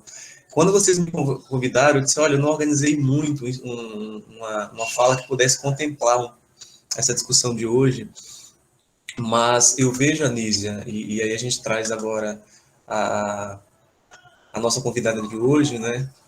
A gente pode lançar o desafio, né, Ladjane, de dialogar mais com as escolas, de trazer essa discussão, de capacitar os professores, e parece que, quando a Alejandro diz, só os mais abastados conseguem ter o seu respeito. Veja o exemplo do Ravel, né? Ravel numa escola particular, e a Anísia identifica que aquela escola não concebe uma prática pedagógica que rompe esse binarismo. Mesmo porque eu estou trazendo a Anísia como exemplo de vamos pensar assim, de uma família classe média, de uma professora que está aí no ensino superior, na educação básica, que já tem que dialoga e que trabalha com gênero, mas mesmo assim ela identifica. E qual seria ali a postura da Anísia? Ela recua nos enfrentamentos. Ela tira o filho da escola. É tão difícil na escola da classe mais abastada, imagina na periferia, dos professores que não compreendem, não é, essa necessidade de incluir. Porque a gente está falando de direitos humanos, de inclusão, de respeito. Neste minicurso que eu apresentei aqui na FEMIC, eu vou trazendo passo a passo quais são os documentos que orientam a escola no trabalho com gênero e diversidade. Então, acho que a gente precisa militar mais nos espaços escolares, no sentido não de catequese, mas de sensibilizar os professores para essa discussão. Então, é só isso que eu queria falar diante do que eu vi aqui hoje. Parabéns, então, professora Ladjane, parabéns, Anísia. Olha o depoimento do Davi aqui, que foi suspenso de uma escola, né, por uma semana, quando briguei para trocar prato, algo que ele só deixava as meninas trocarem. Na fanfarra eu derrubei tudo na sala de música. Tinha 13 anos, morava em Poços de Caldas, Minas Gerais. Só a menina que podia trocar prato? Como assim trocar prato? Era na merenda, tinha que... Davi, como foi isso? Eu também sofri várias violências na educação básica. Era o falar grosso que exigiam de mim, não é? Eu não tinha essa voz tão grave. Prato na fanfarra, trocar prato, instrumental musical. Ah, entendi, Davi, agora. Instrumento musical. Entendi. Tocar. Eu não estou sem óculos, não consegui enxergar bem. Tocar, eu entendi trocar, li trocar. É, porque são mesmo em todos os espaços, o que é de menino, o que é de menina, né? O balé, o judô. A essas imagens que eu consegui captar, vocês vejam que tem o instrumental musical. Eu escrevi mal, Não, eu que li mal, Davi. Eu que li mal, eu vi, você colocou tocar mesmo. Eu acho que sim. Então, não normalizar esse tipo de situação, não é, Anísia? E entender como é que você... Eu queria ouvi-la mais em relação a isso, porque você traz uma experiência real do teu filho, você opta por não informar a escola ou entender o porquê daquilo. A sua reação foi tirar o garoto da escola para uma escola que tivesse uma concepção pedagógica mais progressista em relação às questões de gênero. É isso, Ferdinando, gente. adorei sua Obrigado. pergunta, viu? De falar assim, você optou por não falar, né, com a escola. Eu já tinha comentado, é porque eu não trouxe, né? Só que o que eu tinha falado era sobre as histórias infantis. Ladiane, quando trouxe assim, quantos de nós aqui não ouviu Cinderela, A Bela Adormecida? E a Ravel estava vendo Cinderela, A Bela Adormecida e os demais nessa escola. Aí eu falei assim, eu fui conversar, né? Falei, professora, eu acho que seria muito bacana se tivessem outra literatura, inclusive essas histórias, elas têm várias releituras hoje bacanas e tal. A gente sabe dos problemas, mãe, essas são obras literárias clássicas, que as crianças precisam ver os clássicos e tal, tal, tal. Eu falei assim, o problema é que só tem os clássicos aqui, não tem outra referência. E eu tenho problema com esses clássicos, eu tenho um problema com essas grandes narrativas, né? Afinal de contas, eu sou Foucaultiana. Não, tô brincando, não falei isso tudo. Mas eu disse, não, eu tenho problema com os clássicos. Não é porque é clássico que a gente tem que oferecer. A criança, ela não tem ainda estrutura para poder compreender que isso é um clássico, mas o que ela precisa compreender e aprender de cosmovisão de mundo é outra coisa, ela não tem. Então, que ela conheça esse clássico depois, que ela consiga fazer essa visão crítica.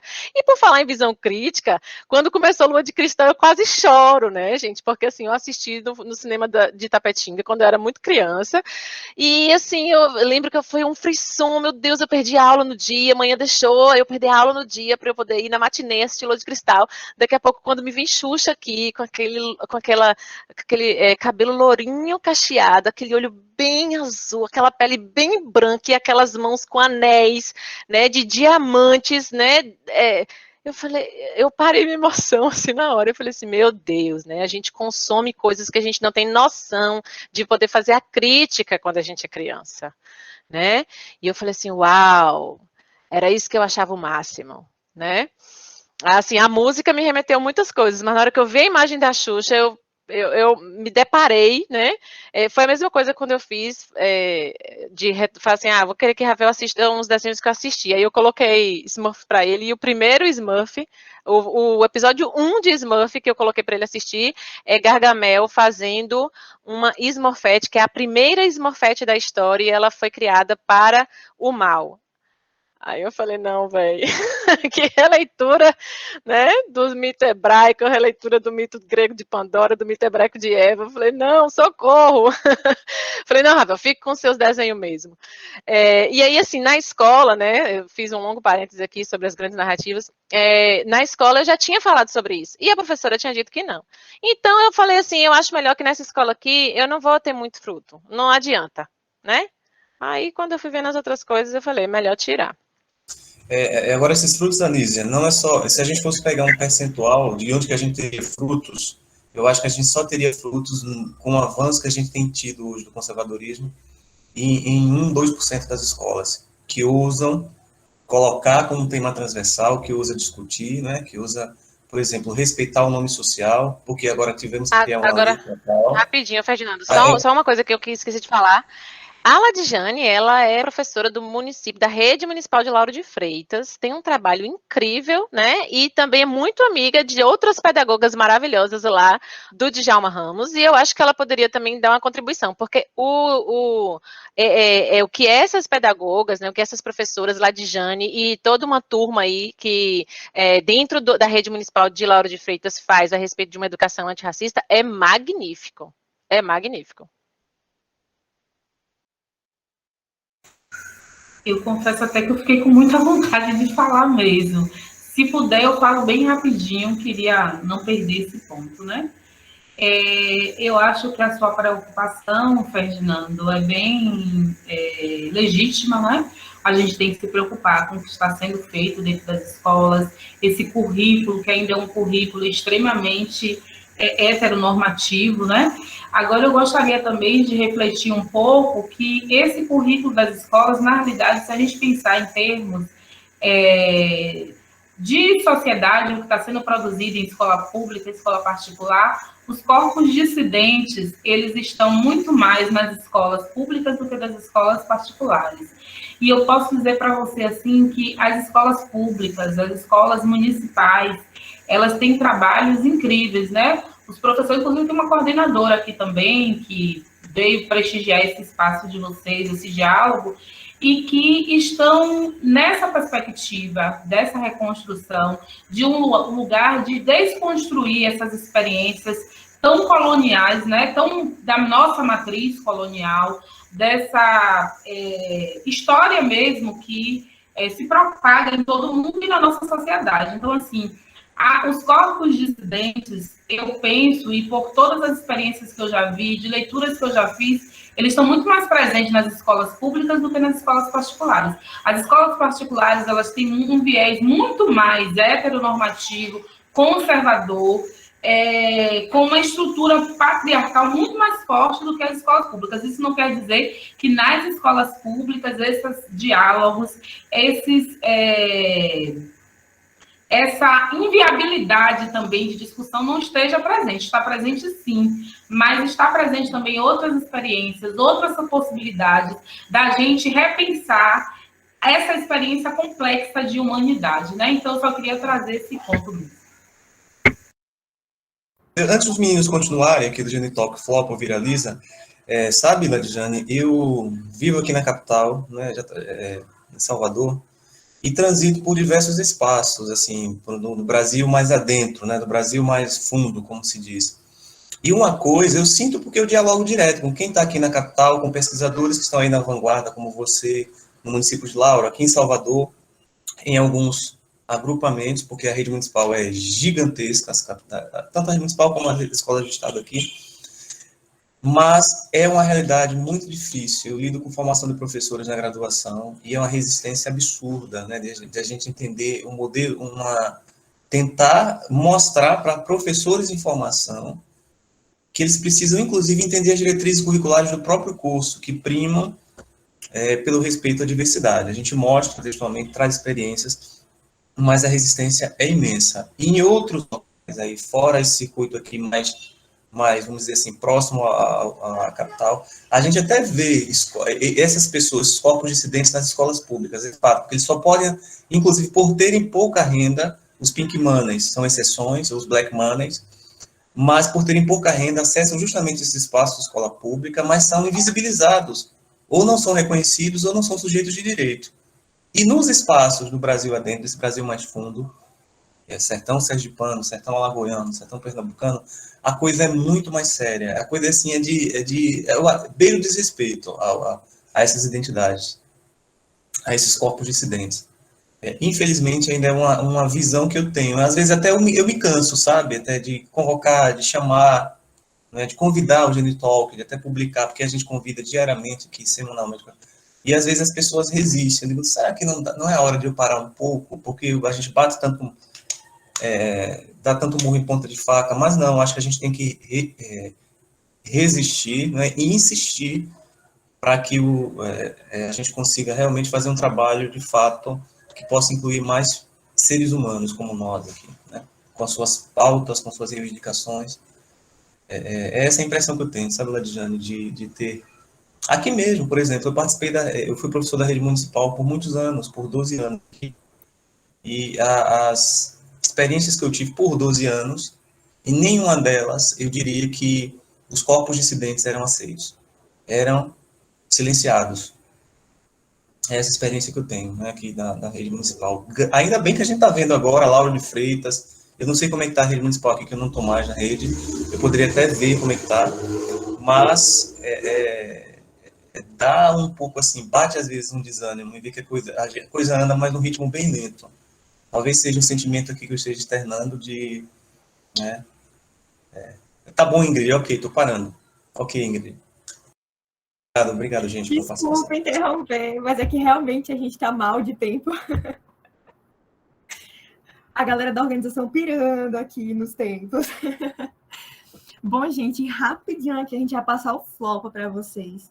O Flopa Viraliza é um quadro daqui do Geni Talk, que a gente passa algumas notícias, e aí, quando a notícia é ruim, a gente flopa ela. Aí vocês podem falar no chat aí se vocês flopam a notícia ou não.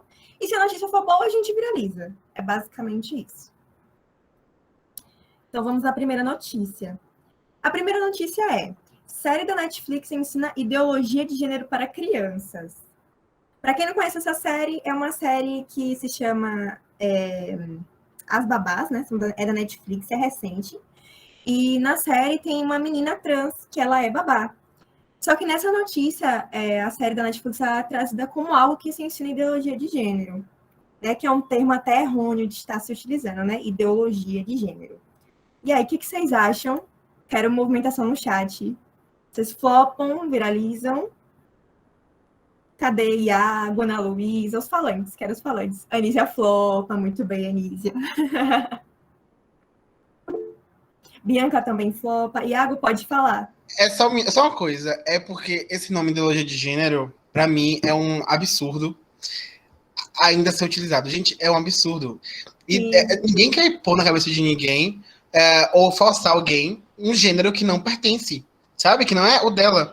É muito mais sobre ela se autoconhecer, ela aprender quem ela é, do que essa ideologia de gênero. Então, é estudo de gênero, sabe? Eu odeio esse nome. É só isso mesmo. Então, flopa, né, gente? Flopa. Valeu, Ingrid, pelo espaço. Maravilhoso. O espaço é nosso, né, gente? Sempre. Próxima notícia. Santos é um município, tá, gente? Lá de São Paulo. Inicia a campanha de prevenção ao abuso sexual infanto-juvenil. Basicamente, aqui eles começaram com iniciativas dentro da escola, da rede municipal, né? A levar esse assunto para as crianças. Então, eles começaram a desenvolver esse trabalho nas escolas municipais em parceria com algumas outras redes privadas, né? Outros núcleos privados do município. E aí, o que vocês acham? Iago diz que acha tudo. Eu também, para mim, super viraliza. Acho que mais iniciativas como essas deveriam ser tomadas, né? Já comentamos sobre a cartilha, sobre a importância dos livros, né? Dentro da escola dos livros, como os de Ladiane, como os que Pro Anísia trouxe para a gente, exemplos, né? Sim, todo mundo viralizando. E a nossa última notícia é essa aqui, ó. Essa é uma nova linha, né, da Lego, que mostra representatividade LGBTQIA+, as crianças. A Lego, ela faz bonequinhos, sabe, de encaixe, peças de encaixe, eles trabalham com isso. E eles criaram essa linha especial aqui, que tem a bandeira LGBTQIA+. Nenhum dos bonecos tem um gênero, são todos agêneros. Na verdade, a roxinha aqui é uma menina trans, essa bonequinha aqui. É a única que tem. E aí, viraliza também. Tem gente até falando que o aniversário tá chegando. Viu? Rapaz, eu só gostei. Meu aniversário é em dezembro. Olha, vai vir, viu? Amiga, deixa eu tecer um comentário sobre isso. Claro, amigo. Quando a gente fala muito sobre essas questões de brinquedos, que tem essa temática LGBTQIA+, né? Existe muito essa preocupação do público externo, tipo, meu Deus, um conteúdo desse para crianças. Mas aí eu queria levantar a pergunta sobre qual o problema de crianças estarem em contato com essas questões. Que medo é esse que essas crianças tenham acesso a esse tipo de conhecimento? Inclusive trazer um questionamento sobre essa representatividade, né? Sobre o problema dessa representatividade que existe, que continua nos deixando nessa cama elástica, sabe? Que não nos move, é apenas uma coisa fixa. Você pula e continua naquele mesmo espaço ali, representando. Sendo que a representatividade deveria ser como um trampolim, né? Para nos lançar em novos espaços e nos movimentar, inclusive movimentar essa estrutura que é extremamente problemática. mas que, infelizmente, esse capitalismo elástico, ele vai se apropriar das nossas identidades para transformá-las em um produto, né? Um produto a ser esgotado. Então, isso é muito, muito triste de ser pensado e de ser visto. É isso. Mais alguém? Eu vi que alguém tinha levantado a mão, mas não está aparecendo mais para mim. Se tiver mais alguém que quer falar, comentar algo. Não? Então, tudo bem. Vou dar continuidade. Eu ia ler a professora Elisa, pode falar. Rapidinho, eu queria apresentar o negócio. 1 minuto, juro. O Flopa tá terminando? O Flopa Viraliza terminou? O Flopa, termina aqui agora, o Flopa. Mas ainda tem o Geniarte, viu? Não, eu sei, tem o Geniarte, calma. É bem rápido. É porque Ladijane falou que tem... É Fátima Ladijane que tá aqui, a coordenadora? É Fátima, Ela é coordenadora de qual escola? Do Djalma Ramos. Do Djalma Ramos, então tô certa. É porque, né? Fiquei com receio de trocar, mas tudo bem. Vocês estão vendo? A ideia era, minha tela está visível para os outros. Clique aqui para retornar. Ah, pronto. Tá, prof, tá ótimo. Visível. Eu quero mostrar uma notícia e já quero dizer que eu viralizo. Eu não vou mostrar uma notícia, eu vou mostrar fotos, né?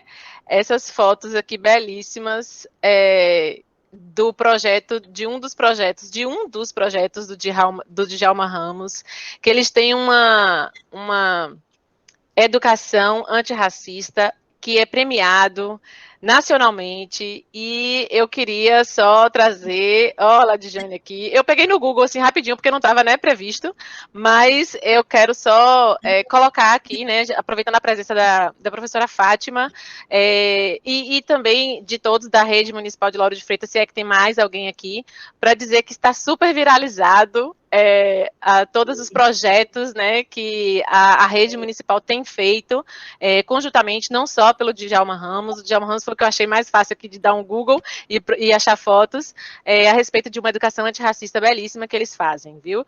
Gente, olha, eu sou promotora, assim, de Lauro de Freitas, não é tão à toa também, né? Meu companheiro, ele é professor da rede, eu conheci lá de Jane a história do Djalma através dele, tá bom? Então é por isso. Então eu quero que todo mundo viralize também, que é maravilhoso o projeto deles. Nossa, que incrível, não sabia, não tinha conhecimento sobre isso, super viraliza, realmente, é muito massa que tem esses projetos nas escolas, infelizmente não temos em todos, né, mas é sempre importante ter um espaço para começar, e mara, né. Agora a gente vai, né, para o quadro mais amado, que das produções a gente sempre, meu Deus, que é o Geniarte, né, nosso espaço favorito no Genitalk, pelo menos é o meu, gente. E tcharam, temos vários rostinhos aqui, hein? Então, o Geniarte de hoje é diferente. Ele tem gostinho de infância. Eu fiquei muito empolgada, gente, fazendo esse negócio. Então, vamos começar. E eu tô muito curiosa.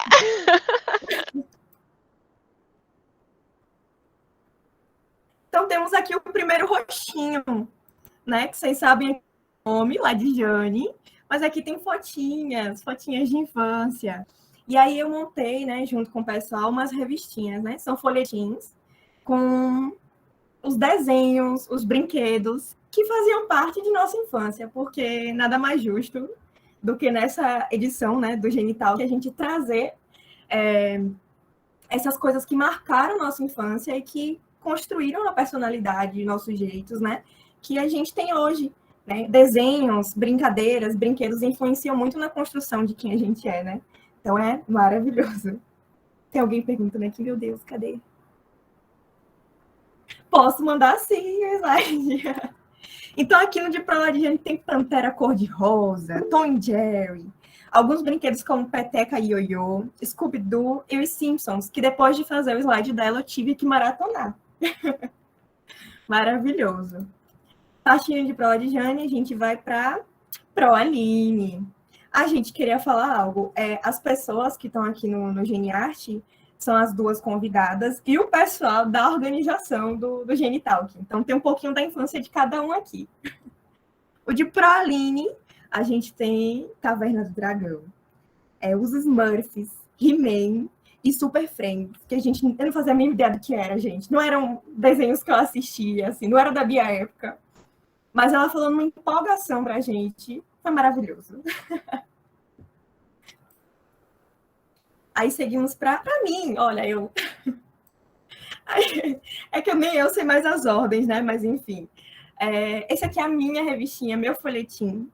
E coisas que marcaram muito a minha infância foi Naruto. Eu era muito de assistir animes, né? Aqui tem uma cartinha. Essa cartinha aqui era colecionável, né? Do Yu-Gi-Oh! E aí era tipo um brinquedinho da época. Aqui também são miniaturas. Aqui tem uma miniatura também do Yu-Gi-Oh! Que era um brinquedinho colecionável, enfim, meus primos todos tinham, e meu sonho era ter esse negócio, e eu não tive a oportunidade de ter, infelizmente, mas meu sonho era ter. Outros desenhos aqui, que é Ravena, que é dos Jovens Titãs, e as meninas superpoderosas, porque eu adorava o fato delas serem super-heroínas, e eu amava. E aqui temos Paty, gente. Paty era fã, e acredito que a maior parte do Genitalk também, do pessoal da organização. X-Men, meu Deus, a gente gostava muito. Tem esse desenho, né? Na verdade, um seriado, né?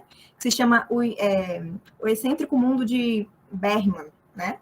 Eu não conheço, não era algo que eu assistia, mas Paty aí colocou que fez parte da infância dela. Ela gostava de brincar de boneca e de brincar de comidinha, tinha alguns aperestos. Partindo de Paty, deixa eu ver aqui um próximo. Ana Luísa. Ah, gente. Ana Luísa gostava de quê? Deixa eu ver. Bob Esponja, Power Rangers. Ela disse que brincava de Power Rangers e assistia também. Damas, Vila Sésamo, Kung Fu Panda. E adorava brincar de quebra-cabeças também. Jogos de montar, em gerais, né? Saindo de Ana. Alejandro queria falar no dele, gente. Você ainda que é amigo. Pode apresentar, qualquer coisa eu falo em cima. Gente, Alejandro foi uma coisa séria pra gente montar o dele, entendeu? Porque era a realização da vida dele. Poder ter acesso a essas coisas que ele não tinha acesso na infância dele. Então, Alejandro gostava de Cyber Chase, Arthur, né? Arthur é um desenho muito legal, gente. É bem legal. Ele fala de traumas de infância, só que de uma forma muito boa para tratar com criança. É surreal esse desenho. E aqui desse outro ladinho a gente tem o mundo da Barbie, de Alejandro, sonho de consumo. Ele falou para mim, amiga, meu sonho era ter uma Barbie, mas não era uma Barbie branca, do cabelo, sabe, liso, porque não parecia comigo. Então achei essa Barbie aí, ele gostou muito. E também tinha alguns joguinhos, né? Jogos de pintar a unha, jogos de vestir, bonequinhas que vinham com apetrechos, era o sonho da vida de Alejandro. Quer falar, amigo? Não, gente, é contar a história desses jogos digitais, né? E, tipo, quando fez a explosão da internet, eu ficava muito, assim, vislumbrado com as possibilidades que se existiam a partir dos jogos, né? Só que, assim, se existia a demarcação de gênero ali, tipo, você não pode jogar tal tipo, você não pode jogar aquilo. Aí eu ficava, tipo, mas por que eu não posso? Sabe, tipo, nunca fazia sentido pra mim essa não possibilidade. Aí eu lembro que quando eu tive acesso ao computador, eu ia pro meu quarto, aí acessava lá o site de jogos, e ia fazer o quê? Trocar roupa de boneca, botar unha, essas coisas. E, tipo, isso foi muito importante, sabe, na construção da minha identidade, porque foi em contramão a tudo aquilo que se era esperado de mim, sabe? Tenho muito orgulho de ser essa falha do gênero e a falha dessa expectativa que eles colocaram em mim. Eu fico babando, gente, não liguem não. Eu babo muito Alejandro. Seguindo aqui, deixa eu ver quem é o próximo. João. Gente, João assistia desenhos muito semelhantes aos meus. As Trigêmeas, Doug, Madeline. A gente é praticamente do mesmo ano, né? Nascemos assim, parecidinhos. a maioria dos membros, né, do Genital. Então, muitos desenhos também fizeram parte, né, da minha infância, da infância de Ale, da de Ana Luísa. É de João, mas todo mundo assistiu. Eu trouxe até aqui do ladinho, não sei se vocês conseguem visualizar, das trigêmeas, aqui do lado delas tem escrito a musiquinha da introdução, porque quando começava 1, 2, 3, somos trigêmeas, sim, já era eu voando do quarto e indo para a sala para assistir, era desse nível aí. Então aqui temos o de João passando, o de Proanísia. Gente, deixa eu falar uma coisa.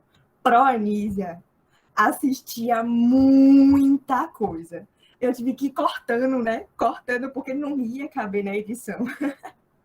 Por isso que eu coloquei as musiquinhas no início, já para dar uma representada, numas coisas da infância dela.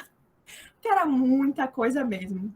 Mas ela sempre enfatizava muito Lua de Cristal. Vocês não estão entendendo. Lua de Cristal. Aí ela falou também sobre Pernalonga, Palhaço Bozo, que eu vim descobrir recentemente que era um palhaço. Eu não sabia que se tratava de um palhaço. Né? Porque, enfim, hoje virou um termo político, né? Que a gente usa. E aí eu não sabia que era um palhaço, vim descobrir através de Anísia. E também Capitão Planeta, que não é muito da minha época, mas mais uma indicação aí para vocês do Geniarte. Deixa eu ver. Agora o Diago, gente. O Diago temos Arnold, que é um desenho que eu também super amo. Tartarugas Ninjas, Cat Dog e o famoso notebook da Xuxa. Porque o Iago não tem um momento que ele não lembre a gente que na infância dele ele sonhava em ter o notebook da Xuxa. Milhões de jogos, gente. Tinha milhões de jogos. Ai, era tudo, viu? Até hoje, se me der, eu tô aceitando, viu?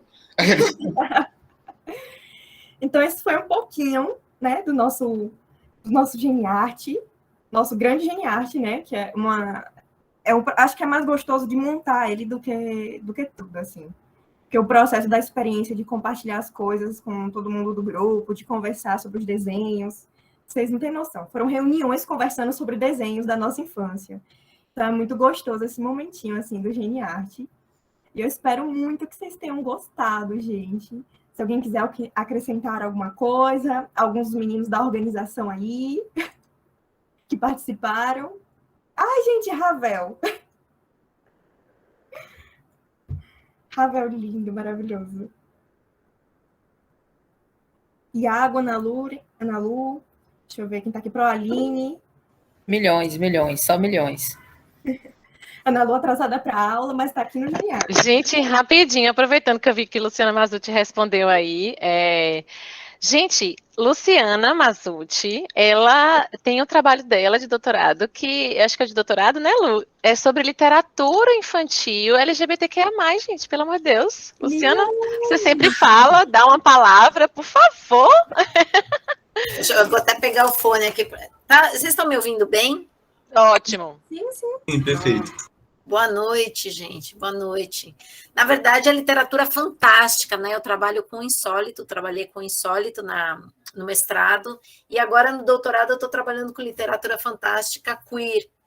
Então, tá nessa linha. Não chega a ser, não é infantil, mas ela chega a trabalhar com os contos, né? E eu sempre falo que eu trabalho com a viadagem, né? Então, e me realizo. Adorei, viu, gente? Parabéns. Nossa, Anísia, sua fala, professora Ladiane, Ferdinando, olha, todo mundo aí. Vocês me contemplam, eu fico aqui babando, viu? Parabéns, muito obrigada. Quando vocês me convidam, até falei para Ana, Ana, vou buscar meu gatinho, que levei ele para castrar, né? E vou buscar meu gatinho, mas assim que eu chegar em casa eu entro. Entrei atrasada, mas consegui ouvir vocês, viu? Parabéns mesmo. Qualquer hora dessas eu apresento aí para vocês alguma coisa mais assim, arrumadinha, viu? Mas é bem por aí, viu? Eu botei meu filho na dança, viu, Anísia? E hoje ele é bombeiro, não virou viado, não teve problema, né? Tem até uma passagem, que eu tenho uns amigos que são casados, né? E ele era pequenininho, e os meus amigos estavam sempre em casa, e ele não ligava, né? Tava lá. A gente saiu para almoçar ao shopping, quando a gente voltou, ele virou assim, mãe, por que o Rodrigo e o Marcelo no shopping não andam de mão dada? né? Então, para ele, o estranho era o comportamento que a galera tinha lá fora, né? E não do jeito que a gente fazia em casa. Então, assim, é essencial e realmente a escola é terrível se a gente não cuidar. Mas é isso, gente. Muito obrigada pelo convite. Qualquer hora a gente conversa mais. Estou esperando vocês no congresso, hein? No congresso. Pode deixar, pode deixar. A pandemia veio e não deu. A gente tirou da escola e não deu para colocar na dança, né? Mas vai ter.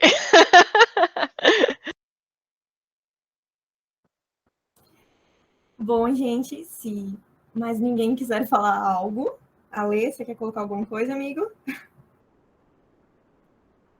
Não? Não, amiga, eu acho que já dá para finalizar mesmo. Falei que tinha que ser Então, falado. gente, Acho que o programa foi incrível, a presença da Ladiane aqui foi muito rica pra gente e espero que outros momentos como esse possam ser possibilitados, né? Se Ladjane quiser fazer suas considerações finais, Ladjane, por favor. sim, sim. Eu queria agradecer, dizer que eu fiquei assim, babando o trabalho lindo que vocês estão fazendo. Acho até que deveria ser aberta, viu, gente? É claro que vocês devem ter, né, os motivos de vocês, mas eu achei assim fantástico. Que bom ver jovens ativos, né? Ativos no processo, protagonistas das histórias de vocês e representando tanta gente. Eu já estou aqui seguindo, já curti um monte de coisa aqui no Instagram. Estou apaixonada por esse Genital. Parabéns, amei. Muito obrigada por esse convite. Eu ganhei muito, viu, em conhecer vocês. Eu quero fazer os meus também. Eu falei, quando os meninos me chamaram, eu falei, gente, eu sou de casa. Não, vamos chamar outra pessoa. Não! Essa semana foi semana de FEMIC, a gente do Geni, todos eles, entupido de trabalho. Eu falei, meu Deus, vamos mudar, por favor. Terça-feira eu mandei no grupo. Pra nada, tá precisando de uma psicóloga, embora, mas você vai ter. Eu falei, gente, socorro. Mas foi tão bom, foi tão rico, então eu quero agradecer a insistência, viu, gente? Foi ótimo, é reconfortante, né, Luciana? A gente trabalha, mas o Geni Talk é a sexta-feira para dizer assim, sextou, mas se não tiver no mês, a gente sente falta, né? É leve, é ótimo.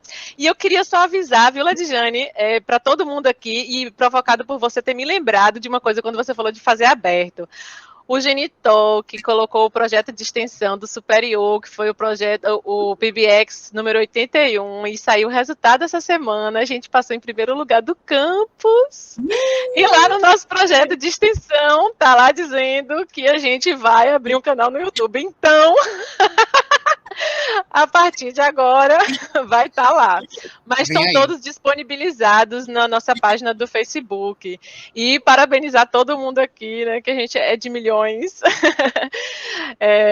Foi ótimo, é muito bom, mas também tem muito trabalho pela frente, viu? Sigamos. E obrigada por hoje, foi ótimo. Valeu, gente. Bom, aqui eu também me despeço de vocês e agradeço muito o Genital, que ele é trabalhoso, mas ele recompensa tanto que é maravilhoso, gente. É muito bom esse espaço que os alunos têm de conseguir falar e desenvolver seus trabalhos e a gente fazer da forma que a gente quer, conseguir dialogar com os professores. É muito bom, é surreal o Genital. Agradecer a Ladjane, foi maravilhoso, muito bom. A gente babou muito aqui, o privado aqui não parou enquanto você falava. Que a gente é muito assim, muito babão, a gente ficou muito feliz por você ter vindo, muito obrigado. Pro Anísia é de casa, mas assim, a gente não cansa de agradecer, né, a ela, porque é maravilhoso o trabalho que ela desenvolve com a gente, pela gente. Então, agradeço mais uma vez, né, Fro? E é isso, gente. Um beijão, boa sexta para vocês, bom final de noite, né, de sexta, e um bom final de semana.